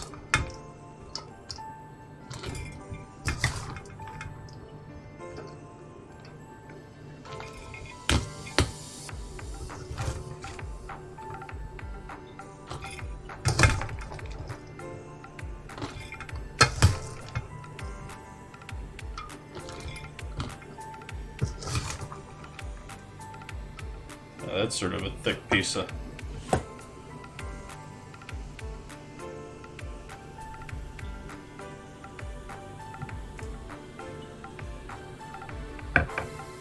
Let's at least have it.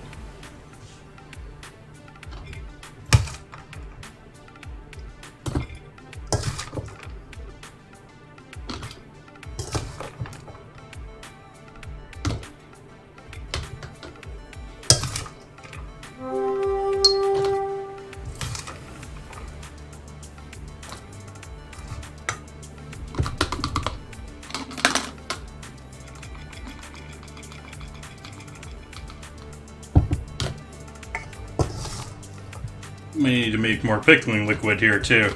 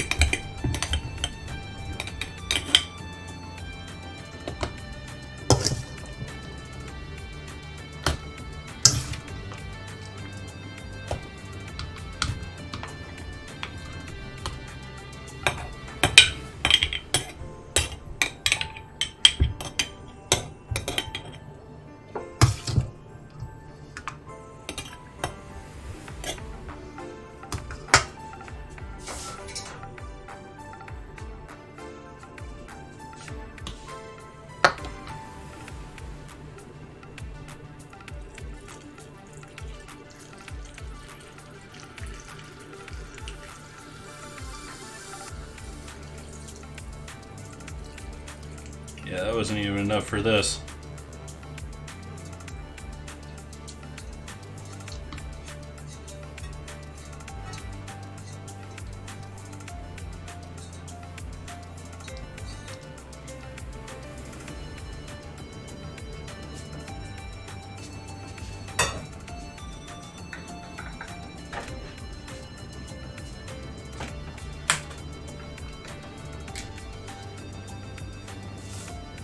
So I'm going to double up our pickling liquid here.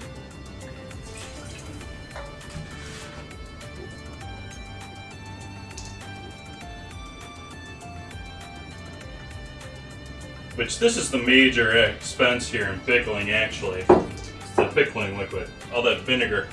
Unless you're making your own vinegar. Which I might try to do here with leftover wine. But unless you're making your own vinegar, it's pretty pricey to be making your own pickles.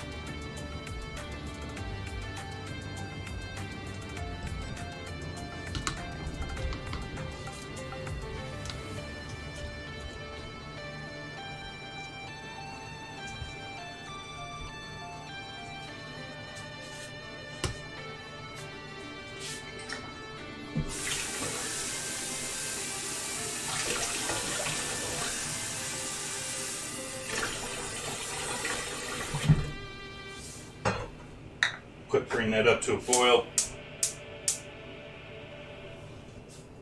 We're going to pour most of the spices there on the top anyway, so pour over the top of them. But we do want to make sure that we have enough liquid that it is covering our veggies, or up to the level of our veggies. But there's a decent amount of salt in there too. And on top of it, this is a quick pickle. I'm not going to can this jar, so it's not going to be preserved to sit on the shelf. I'm going to have to keep this in the fridge. Max life of maybe 2-4 weeks.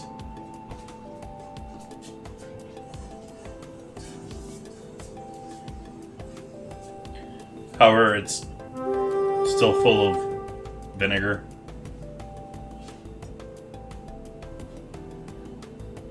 Follow your local national standards. I'm giving you info based off of what I've been trained here in the US.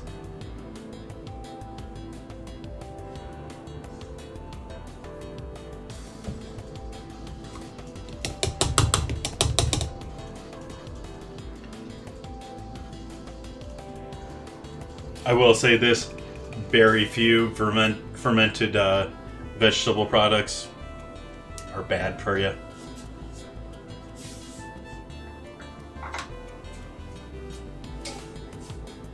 Come on, boil it. Oh, I don't have a board and stove cam anymore, do I?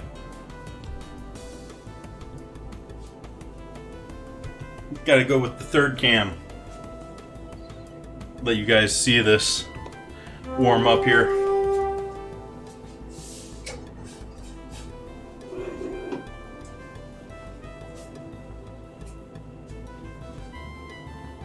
So this, what else can we put the rest of this in? We're not going to fill up a second one of those.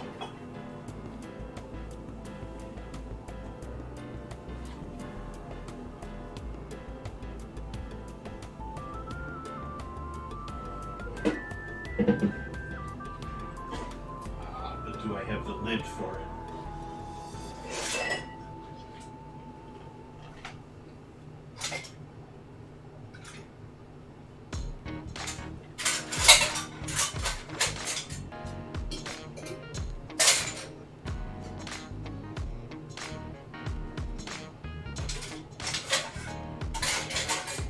It's not a pear set.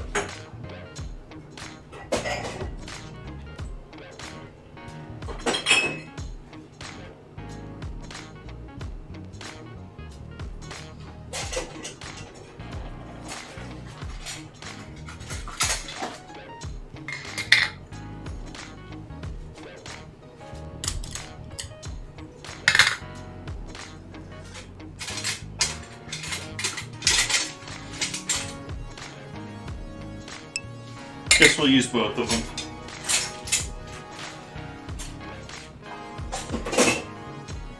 I've only got 2 of these big boys.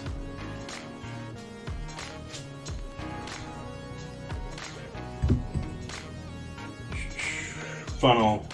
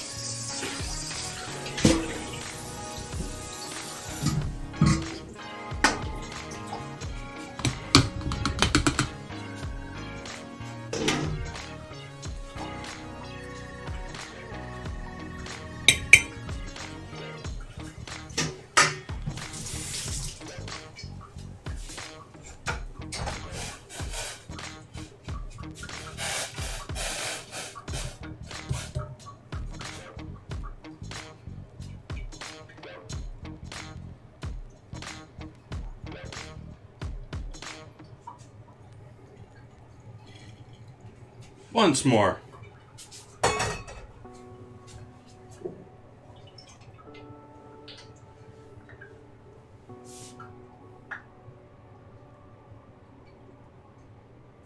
Mother and all for this last one here. Scraping the last of my apple cider vinegar here.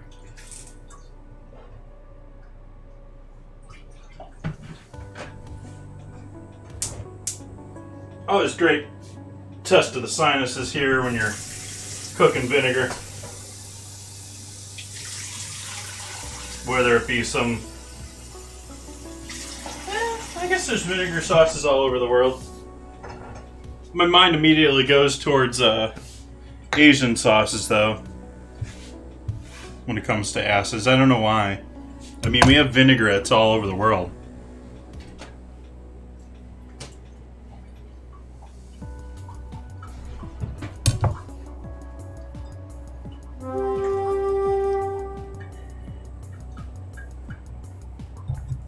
But since we got them, let's throw a couple of bay leaves in this batch too.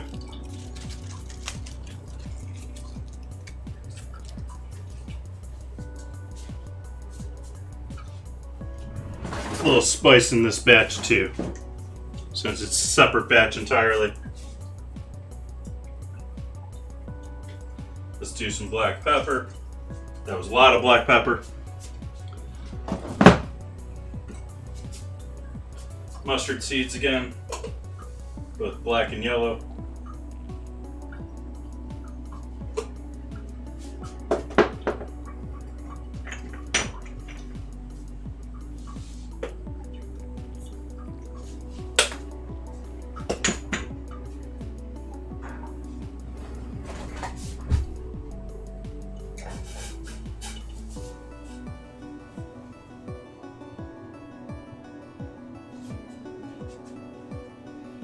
I shifted you because big pot yesterday.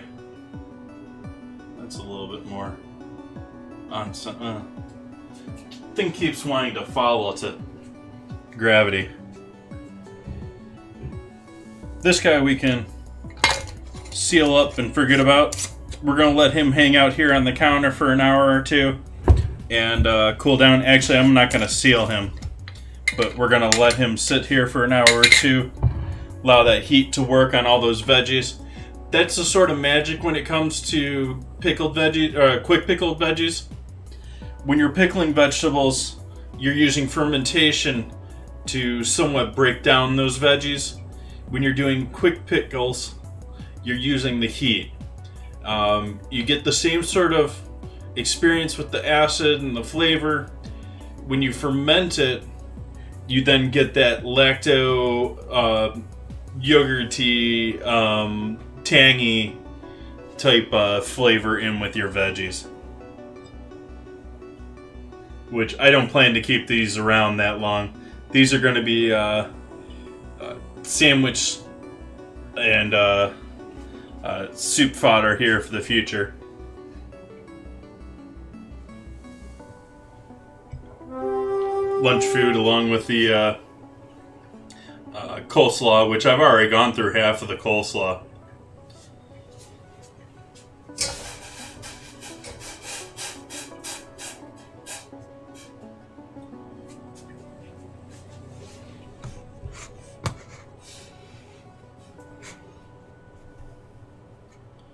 Been procrastinating work on the sweet surprise that I have in store for you guys. And last night I went and Wednesday night went and gotten raided for 2 raids with like nearly 90 people in them. Got 25 follows in one night. I don't know if I'm gonna get it done by the time I have 500 follows here. This is quite a project I bit off for myself here. I might have to outsource some of this if I'm gonna get it done by 500 follows.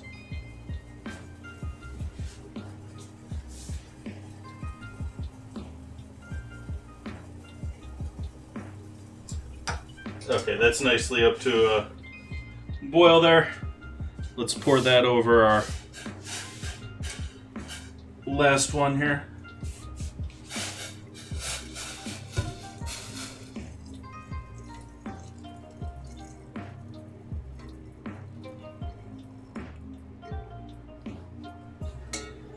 There we go. So it took me 3 batches of brine or pickling liquid, but we got that all pickled now. Sandwich time. We got our lovely shortbread, if you guys haven't seen that yet already.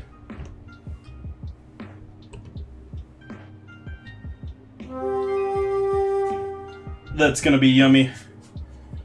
And let's see here. How do we want to start the sandwich? We're gonna cut bread. We're going to toast bread. If I can find my small bread knife. And do... First time breaking into this loaf, hoping it's still decent. It's feeling pretty dense here. It is pretty dense.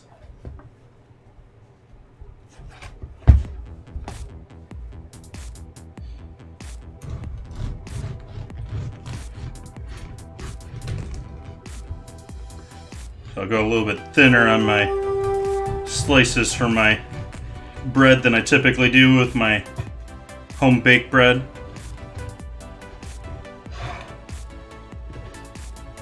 Still got some decent bubbling in there, but pretty dense bread here.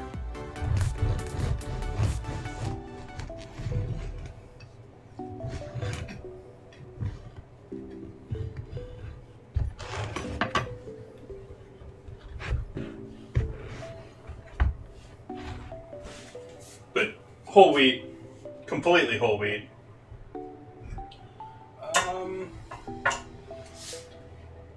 How do I want to toast these? I don't want to pull out my toaster. I think I'm just going to toast them in my large cast iron.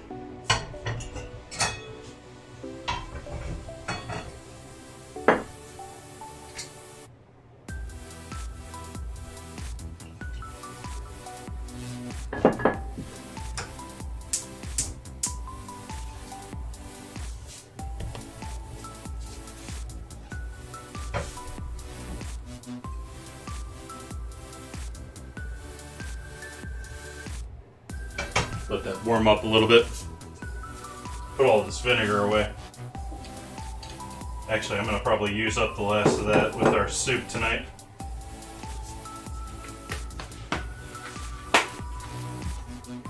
Time to buy more apple cider vinegar. You hear me, Amazon? You're going to probably give me an ad for it tonight on Facebook.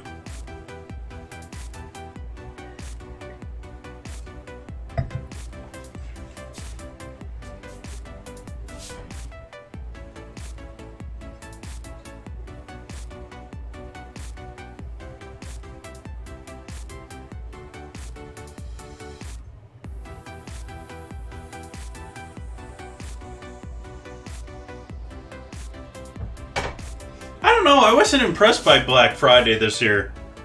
I didn't really do much in the way of shopping today. I mean, I did a little bit of searching. I have a couple of things that I might have splurged on. But, yeah, I didn't do a whole lot today. Bought a gift idea that I was waiting on from my parents today, but that was about it. Next, I was sort of glad it actually turned out being on sale.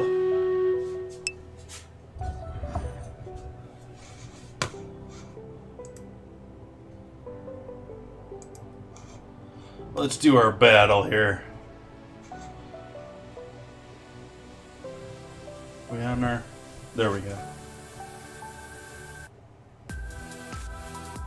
Yep, it is Black Friday. It is not that exciting, the sales that I have seen. But, there's been a few things. Wow, all sorts of archers there. That was quick. Just executed them. victory. Gratz, Metro, and Suki.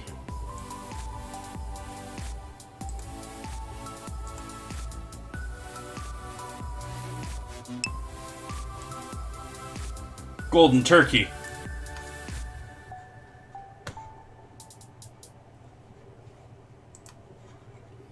Let's see how we do against the Golden Turkey. Who's gonna kill the Golden Turkey? I think there's actually a bonus for killing him. There'll probably be some other thing. Yeah, it says other things will be revealed over time. We got our bread toasting. See how that's doing over here. Probably give that pan a 180-degree turn there. I don't know if you can really see it. There's a little bit of the cornmeal that brushed up and got up on that side of it.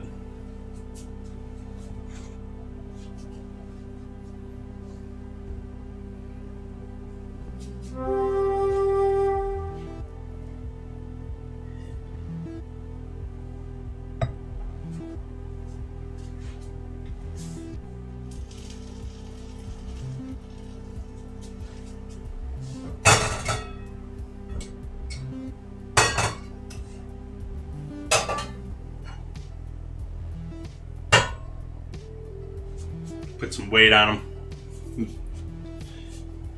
A lot of things when you cook them, they go and curl because they...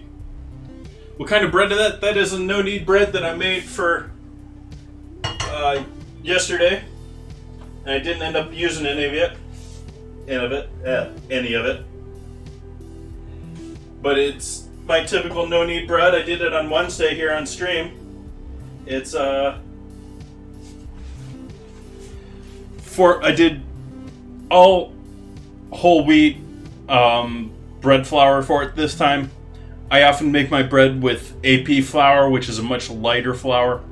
So this is essentially the same recipe, just with a heavier flour with it. And so it's a little bit darker in color and all that good jazz. But same recipe as usual. 400 grams of flour, 300 grams of water, healthy pinch of salt and yeast. Let that sit overnight, and then you use your Dutch oven to roast/steam it.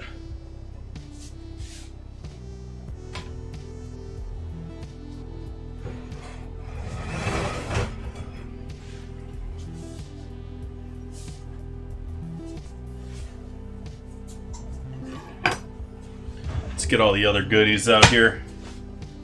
We're gonna need lots of stuff here for with our sandwich. Let's see. No, we don't need that actually. That's one of the few things we don't need. Yeah, we need that.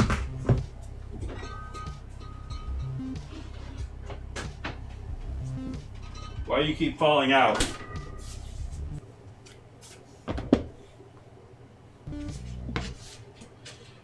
We're going to use those for the soup.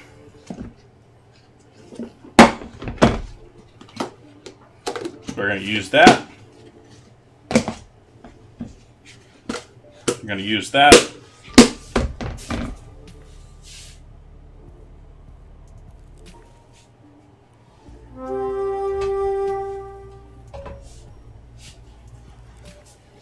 That's good for our bottom. Give the rest of that a little bit more time on there. Smoky or not. Let's see, there's still more that we need here. This is the turkey, right? Yes, that is the turkey.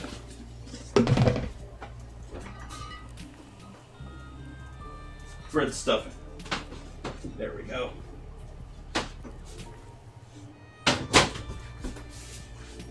Again, falls out of my ear.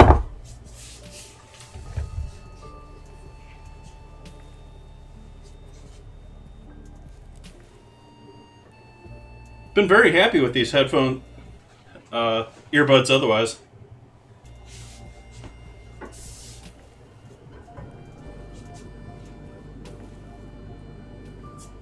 Okay, we'll live with that. Okay.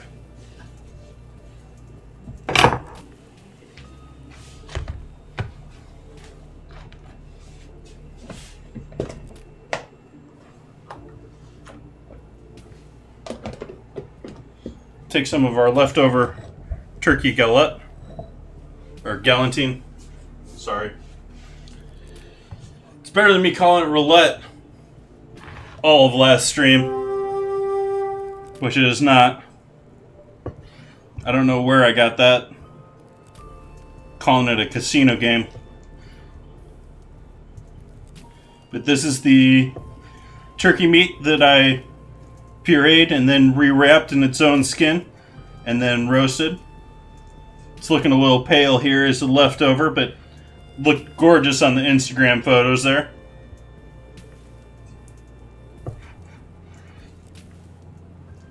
Looks a little bit more like a force meat tonight.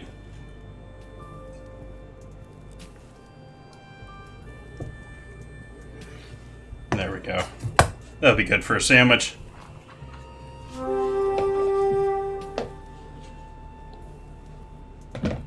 We'll switch off of the stove there.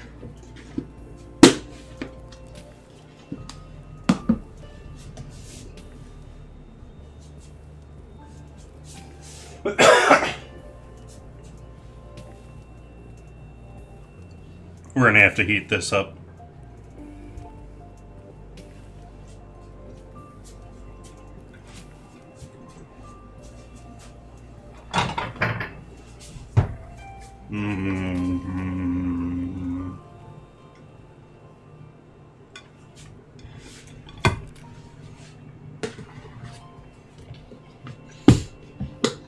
It's my gravy.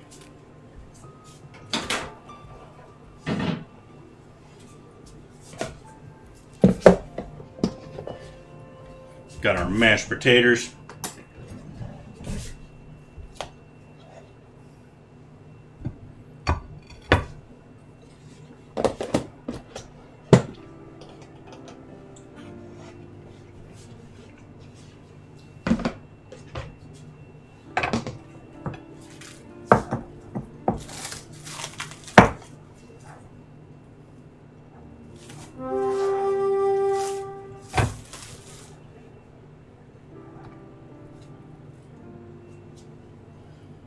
A little bit of bread stuffing. Try and make enough here for the sandwich.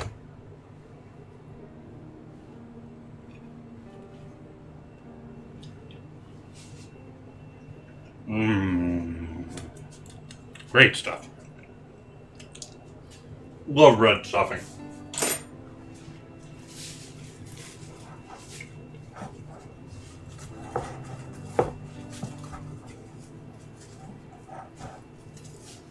Okay, we got that all set to go.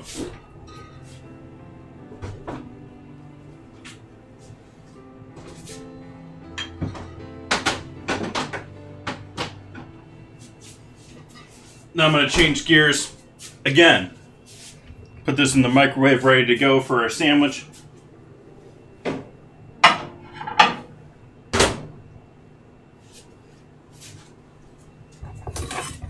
We're going to make soup.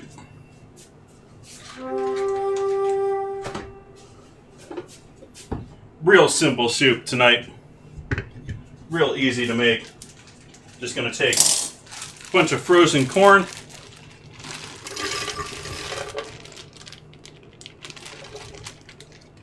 It's going to give us a ton of sweetness.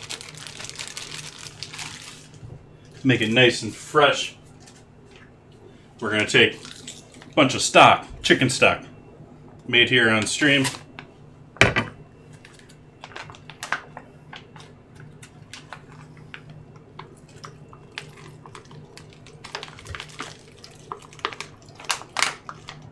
Mostly frozen at the moment.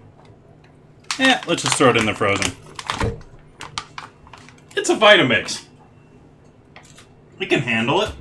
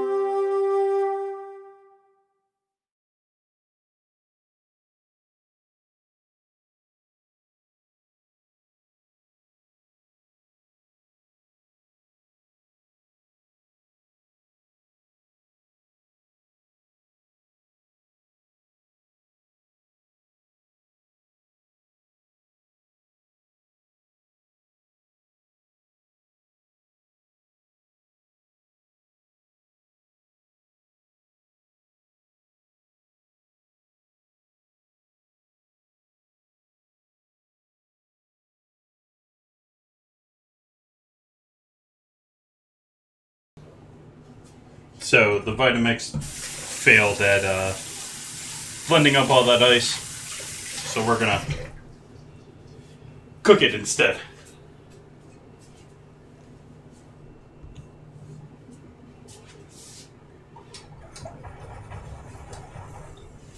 Gonna put it back in there with our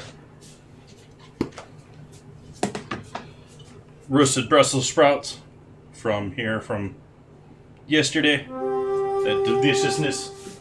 Love me some roasted Brussels sprouts. Did go through about half of these guys last night, but not quite all of them.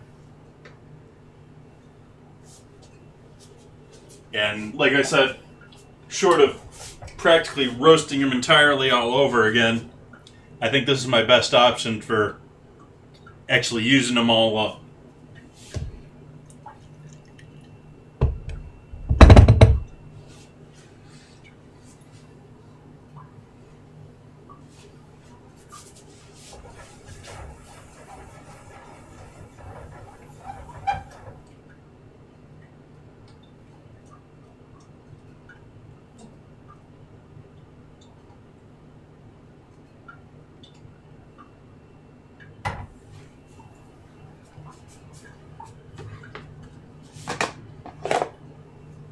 All sorts of dishes.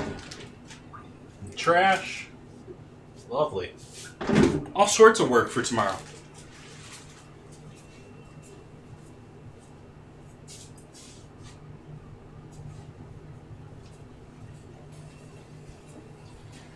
But I do think this is going to be delicious.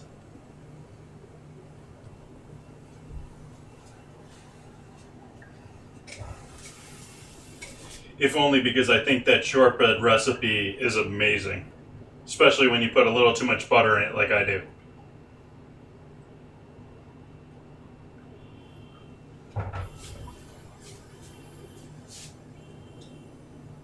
I hear that horn. I don't know if you guys, I assume you guys can hear it because I hear it in my ear. I hear that louder in my ear than I do in real life. Like, the mic is picking that up better, that horn, wherever it was. It wasn't near my house. It picked it up better than I could. I don't know, I guess maybe I can't hear.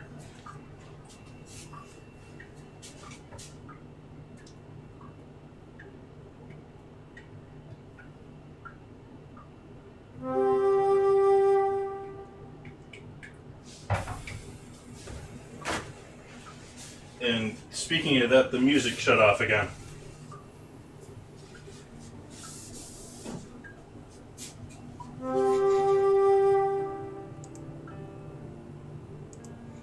There we go.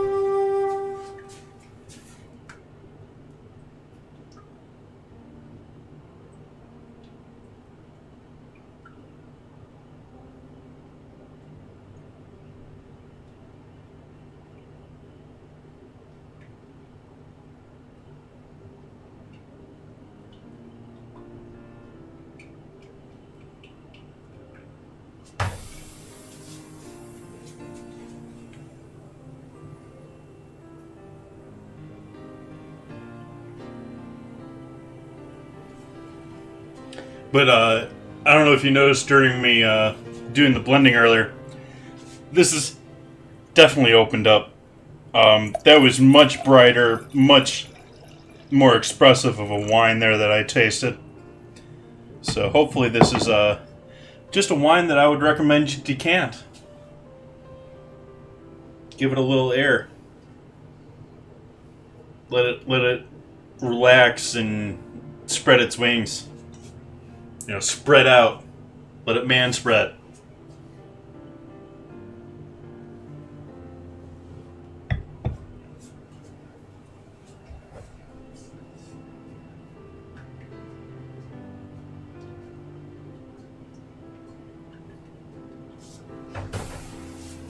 Boiler.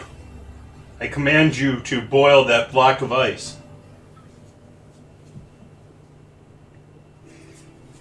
You can add some salt in here. I haven't added any salt to this mixture yet, and that'll certainly help our ice break down a little bit there.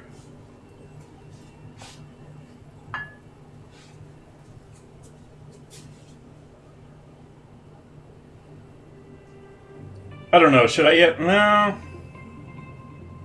Yeah, let's add a little bit of both of those. I'm going to add a little bit of garlic powder, a little bit of onion powder, and lastly I'm going to add a little Frank's. So I already got a spoon out for veggies, didn't I? Or for spices. I don't see it anymore. So we'll start with a little garlic powder.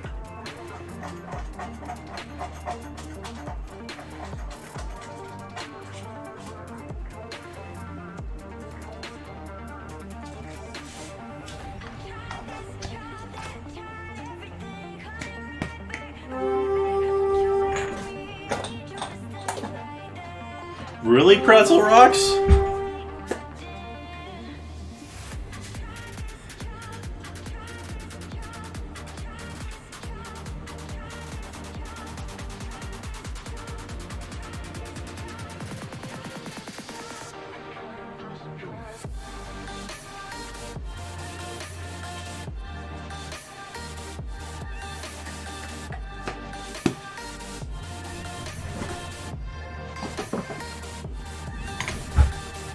White pepper, since we got a rather white soup, even though when we blend in that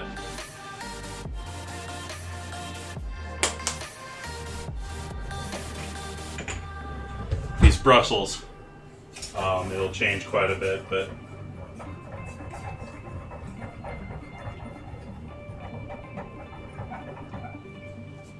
definitely MSG. We want to accentuate the corn in there.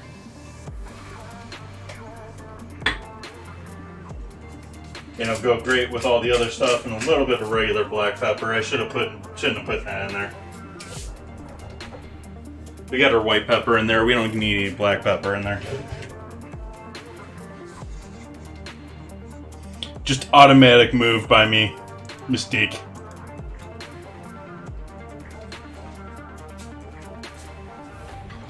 What time are we getting to tonight? Might actually be able to do that.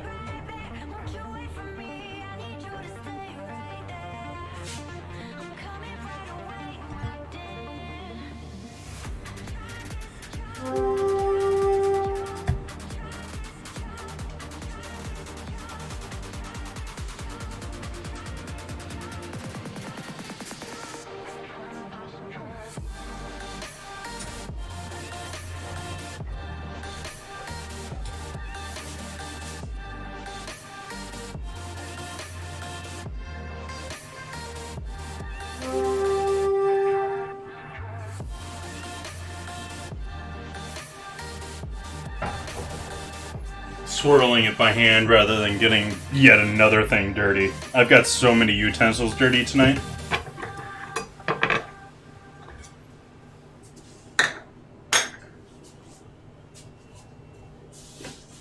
I sort of just decided from the outgo tonight that I'm not doing dishes.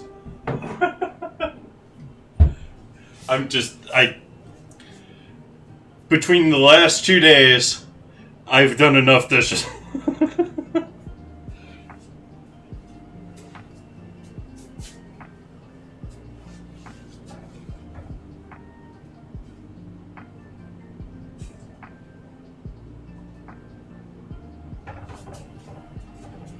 Looking at my sink here, practically full again.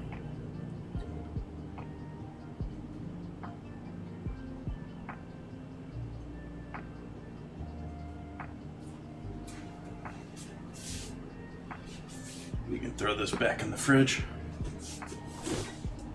I might want that later, I don't know. Late night snack in here. I might go after those mashed potatoes and turkey.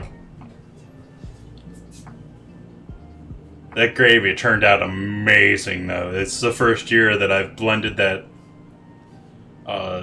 liver in with my giblet gravy. Yeah, that's gonna happen again. Takes a little straining, gets a little foamy, but yeah, that was a good time.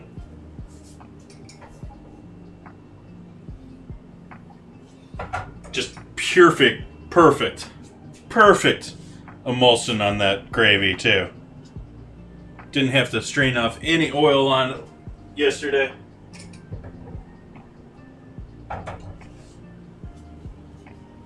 Boiled already. I need you to heat up these cold refrigerated Brussels sprouts.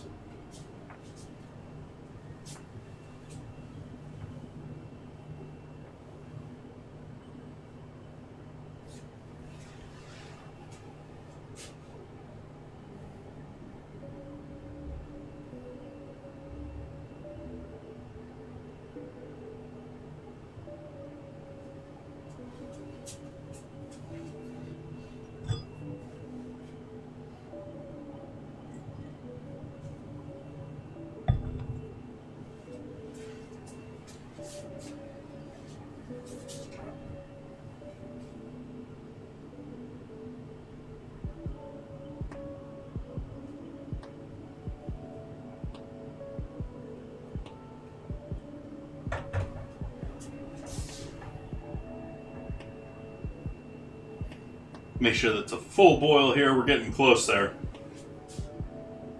Or at least bubbling.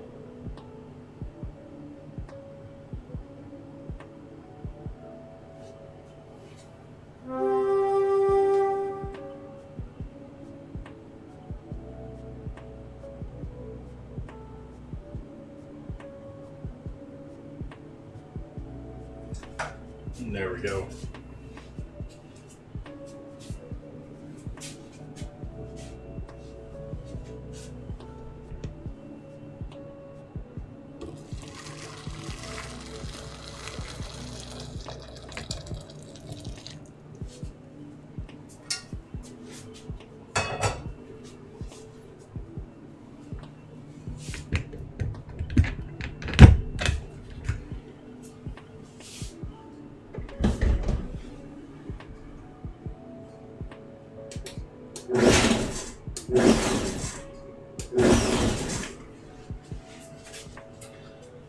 Bit warmer than I want that to be on my hand there. So we'll switch to a towel.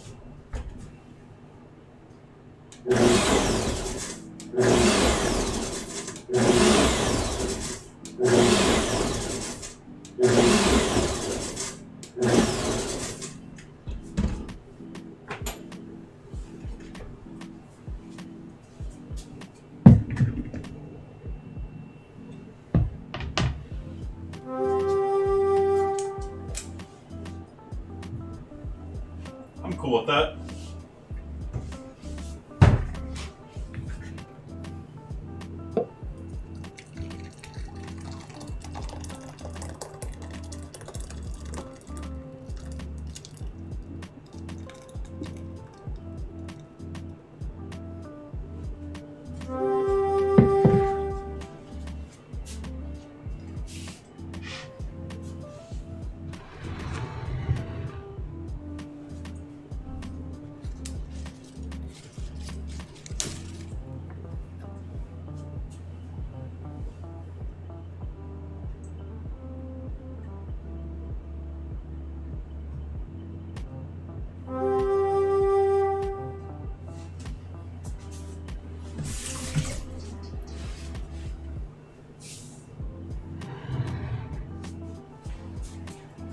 Where's my phone? Right in front of my face. Why is my always on screen not always on?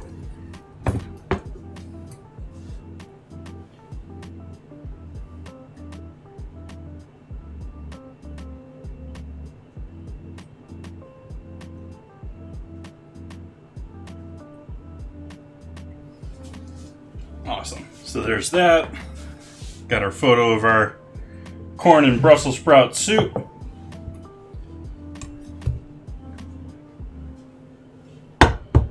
Oops, don't want to put that directly on our board. Cold, it's less of an issue. You really don't want to put hot pans on your board.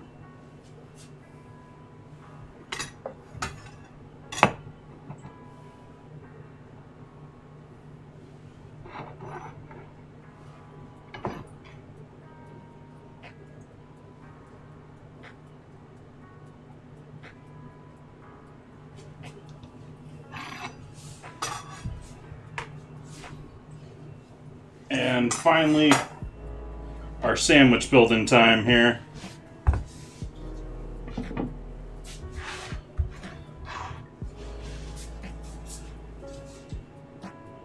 "45 seconds on our microwave to warm up all that loveliness."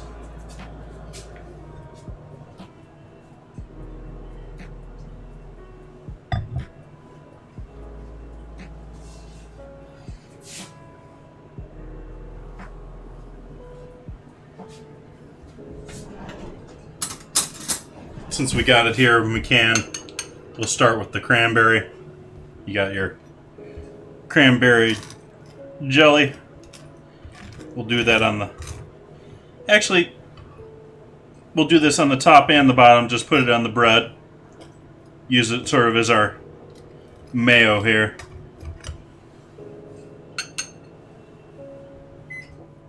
Again, this is not the traditional recipe. I actually don't know the traditional recipe. I just know the basics of it. Actually, Minnesota Taz, if you're familiar with Cooking Streamer, he has the Friends Cookbook, I think. I think he's auctioning one off.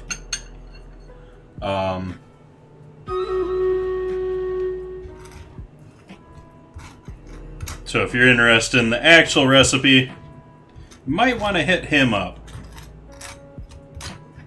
But the gist of it here is we're using our Thanksgiving turkey leftovers. We're going to put some leftover turkey, leftover mashed potatoes, our cranberry, and then the centerpiece, sort of like a Big Mac. We're going to soak this centerpiece here in gravy.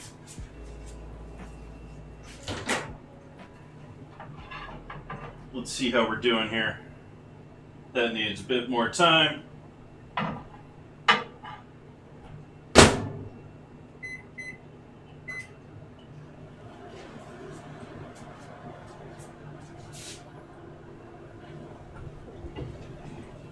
That soup is calling my name. Let's give this a shot. All that blended Brussels sprout. Oh yeah. The corn goes great. Takes a lot of that bitterness out. That's yumminess.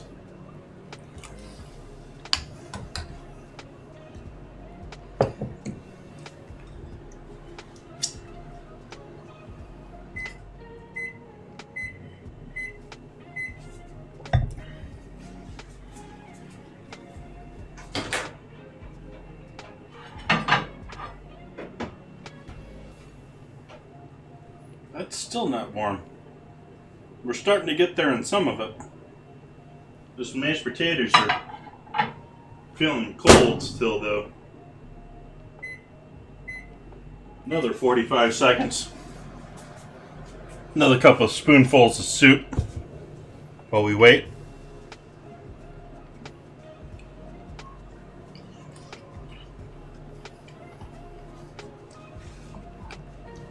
Oh yeah. Be a little like Italian wedding style meatballs. This would be an amazing soup. Great even without it.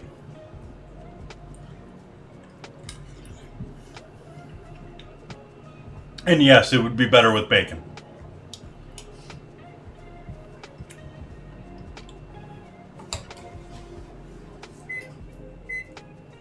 Welcome in, Doomation. Been a minute since we've seen you. How you been?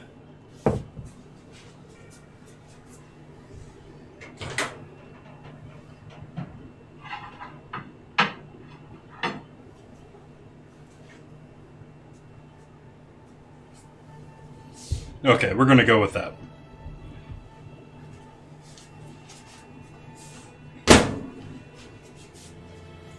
We got our leftover turkey sliced.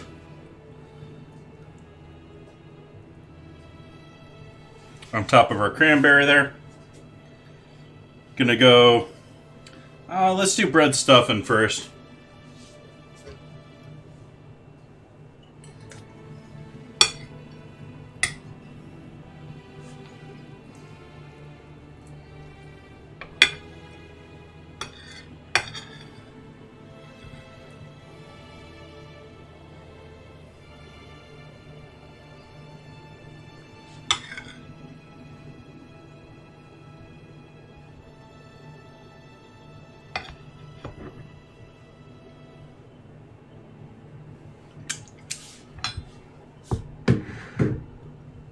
Let's see, are these potatoes cooked yet? No, I'm going to get these potatoes another 30 seconds.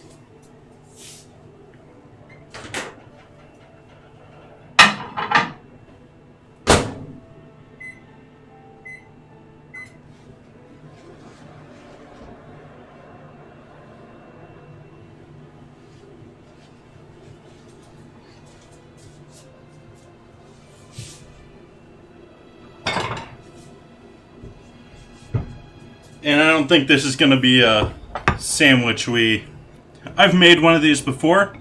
Actually, since we're waiting here a moment, see if I can't show that to you guys here. Well, don't have the time. If you guys do look in the Discord, or not in the Discord, in my Instagram, this time last year, made the same sandwich. I think I may have done a better job of it last time. I think it was probably more authentic to the name. I think tonight's going to be just as delicious. We got our gravy here, warmed up.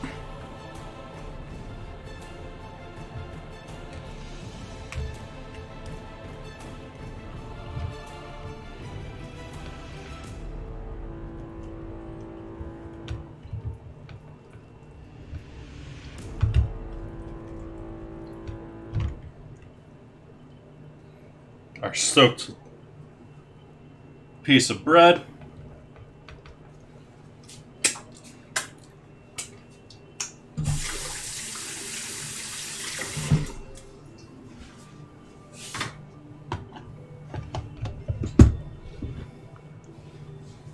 Our mashed potatoes.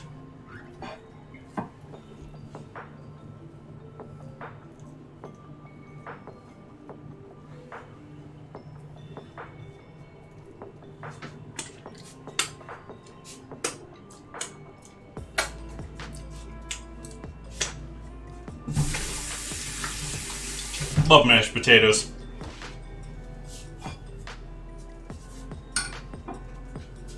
And our last soaked bread with the cranberry juice. And there we go. There's our Moistmaker.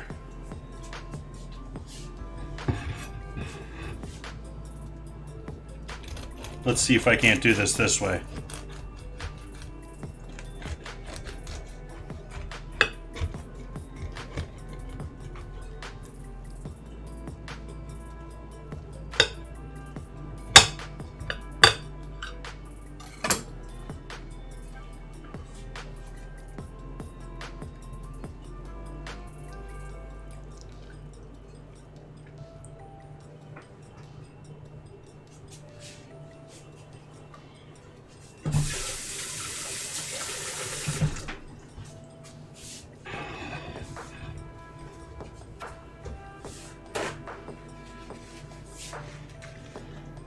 You'd never want to serve in a restaurant this way. Every waitress in the world would, waitress in the world would drop that off on either side, not caring about how they carry it. At least in a fast cash. Then again, I told you guys about my last experience in a fast casual restaurant. I sat there while a teenager read me things directly off of his tablet and needed permission to check if he could change out the dressing on a dish.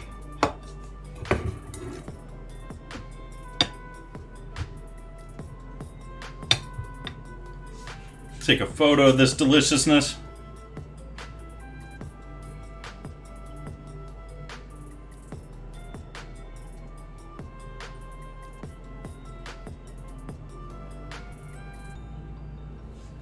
Awesome. And we have our pickled veggies. Pictures, as always, will be up on the Discord, Instagram, and the Twitter. If someone wants to type in social for me. Let's do a slice on this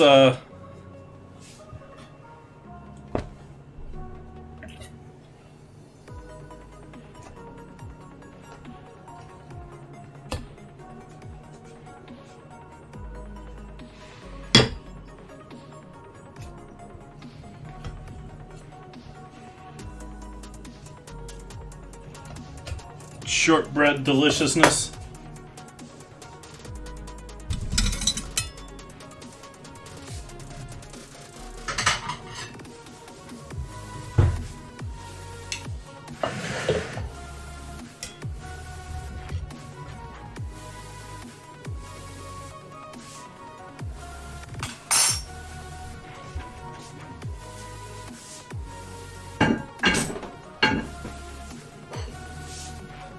Do a photo of this deliciousness.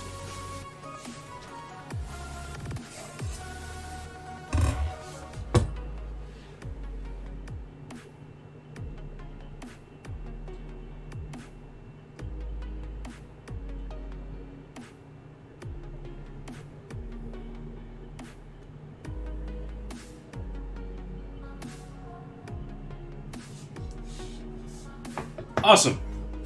Well, thank you guys for joining me here tonight. I think it's time we hand this party off to someone else tonight. Let's see who we got online. Someone else tonight. Let's see who we got online. Minus the echo because my browser didn't load things apparently. I don't know.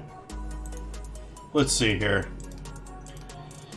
Make sure who I plan to raid here is still alive.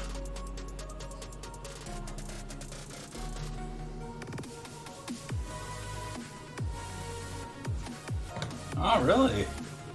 Not rating, or not streaming.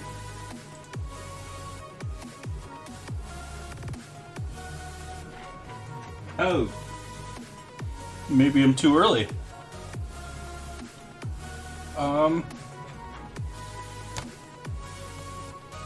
Let's see here.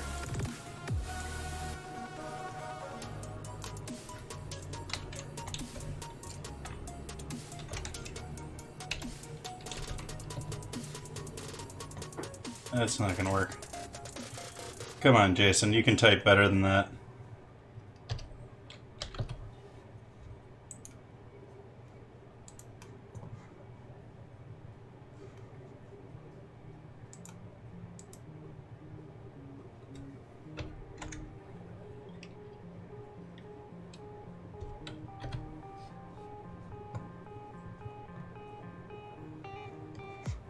Okay. Thank you, Suki.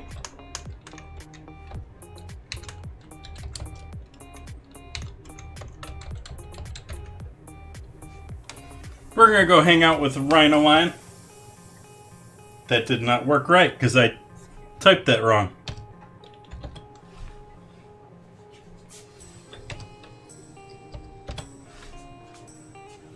There we go. I'm gonna raid Rhino Line. Send you guys off to hang out with him. These guys I'm going to allow to set out for another hour or so. Allow them to continue to cool down. This is still warm to my hand. I mean, I can handle it, but it's still warm. Going to allow it to come down to room temp. Then I'm going to throw it in the fridge. I'm going to enjoy all this other deliciousness. We have lemon cream pie coming up here on Sunday. Going to be using lemons that I grew from my own tree and back. Should be a good night. Hope you come and join me for that. Next Wednesday, we have the vote going for Discord. Either string cheese or cheddar and sour cream ruffles. Hope you guys go in the Discord and give that a vote. I'm going to run the battle here real quick. Let's see if we can do that before and do the raid. And then we're going to go see Ride a Line for some pottery and some chill streaming. I hope you all have a great night.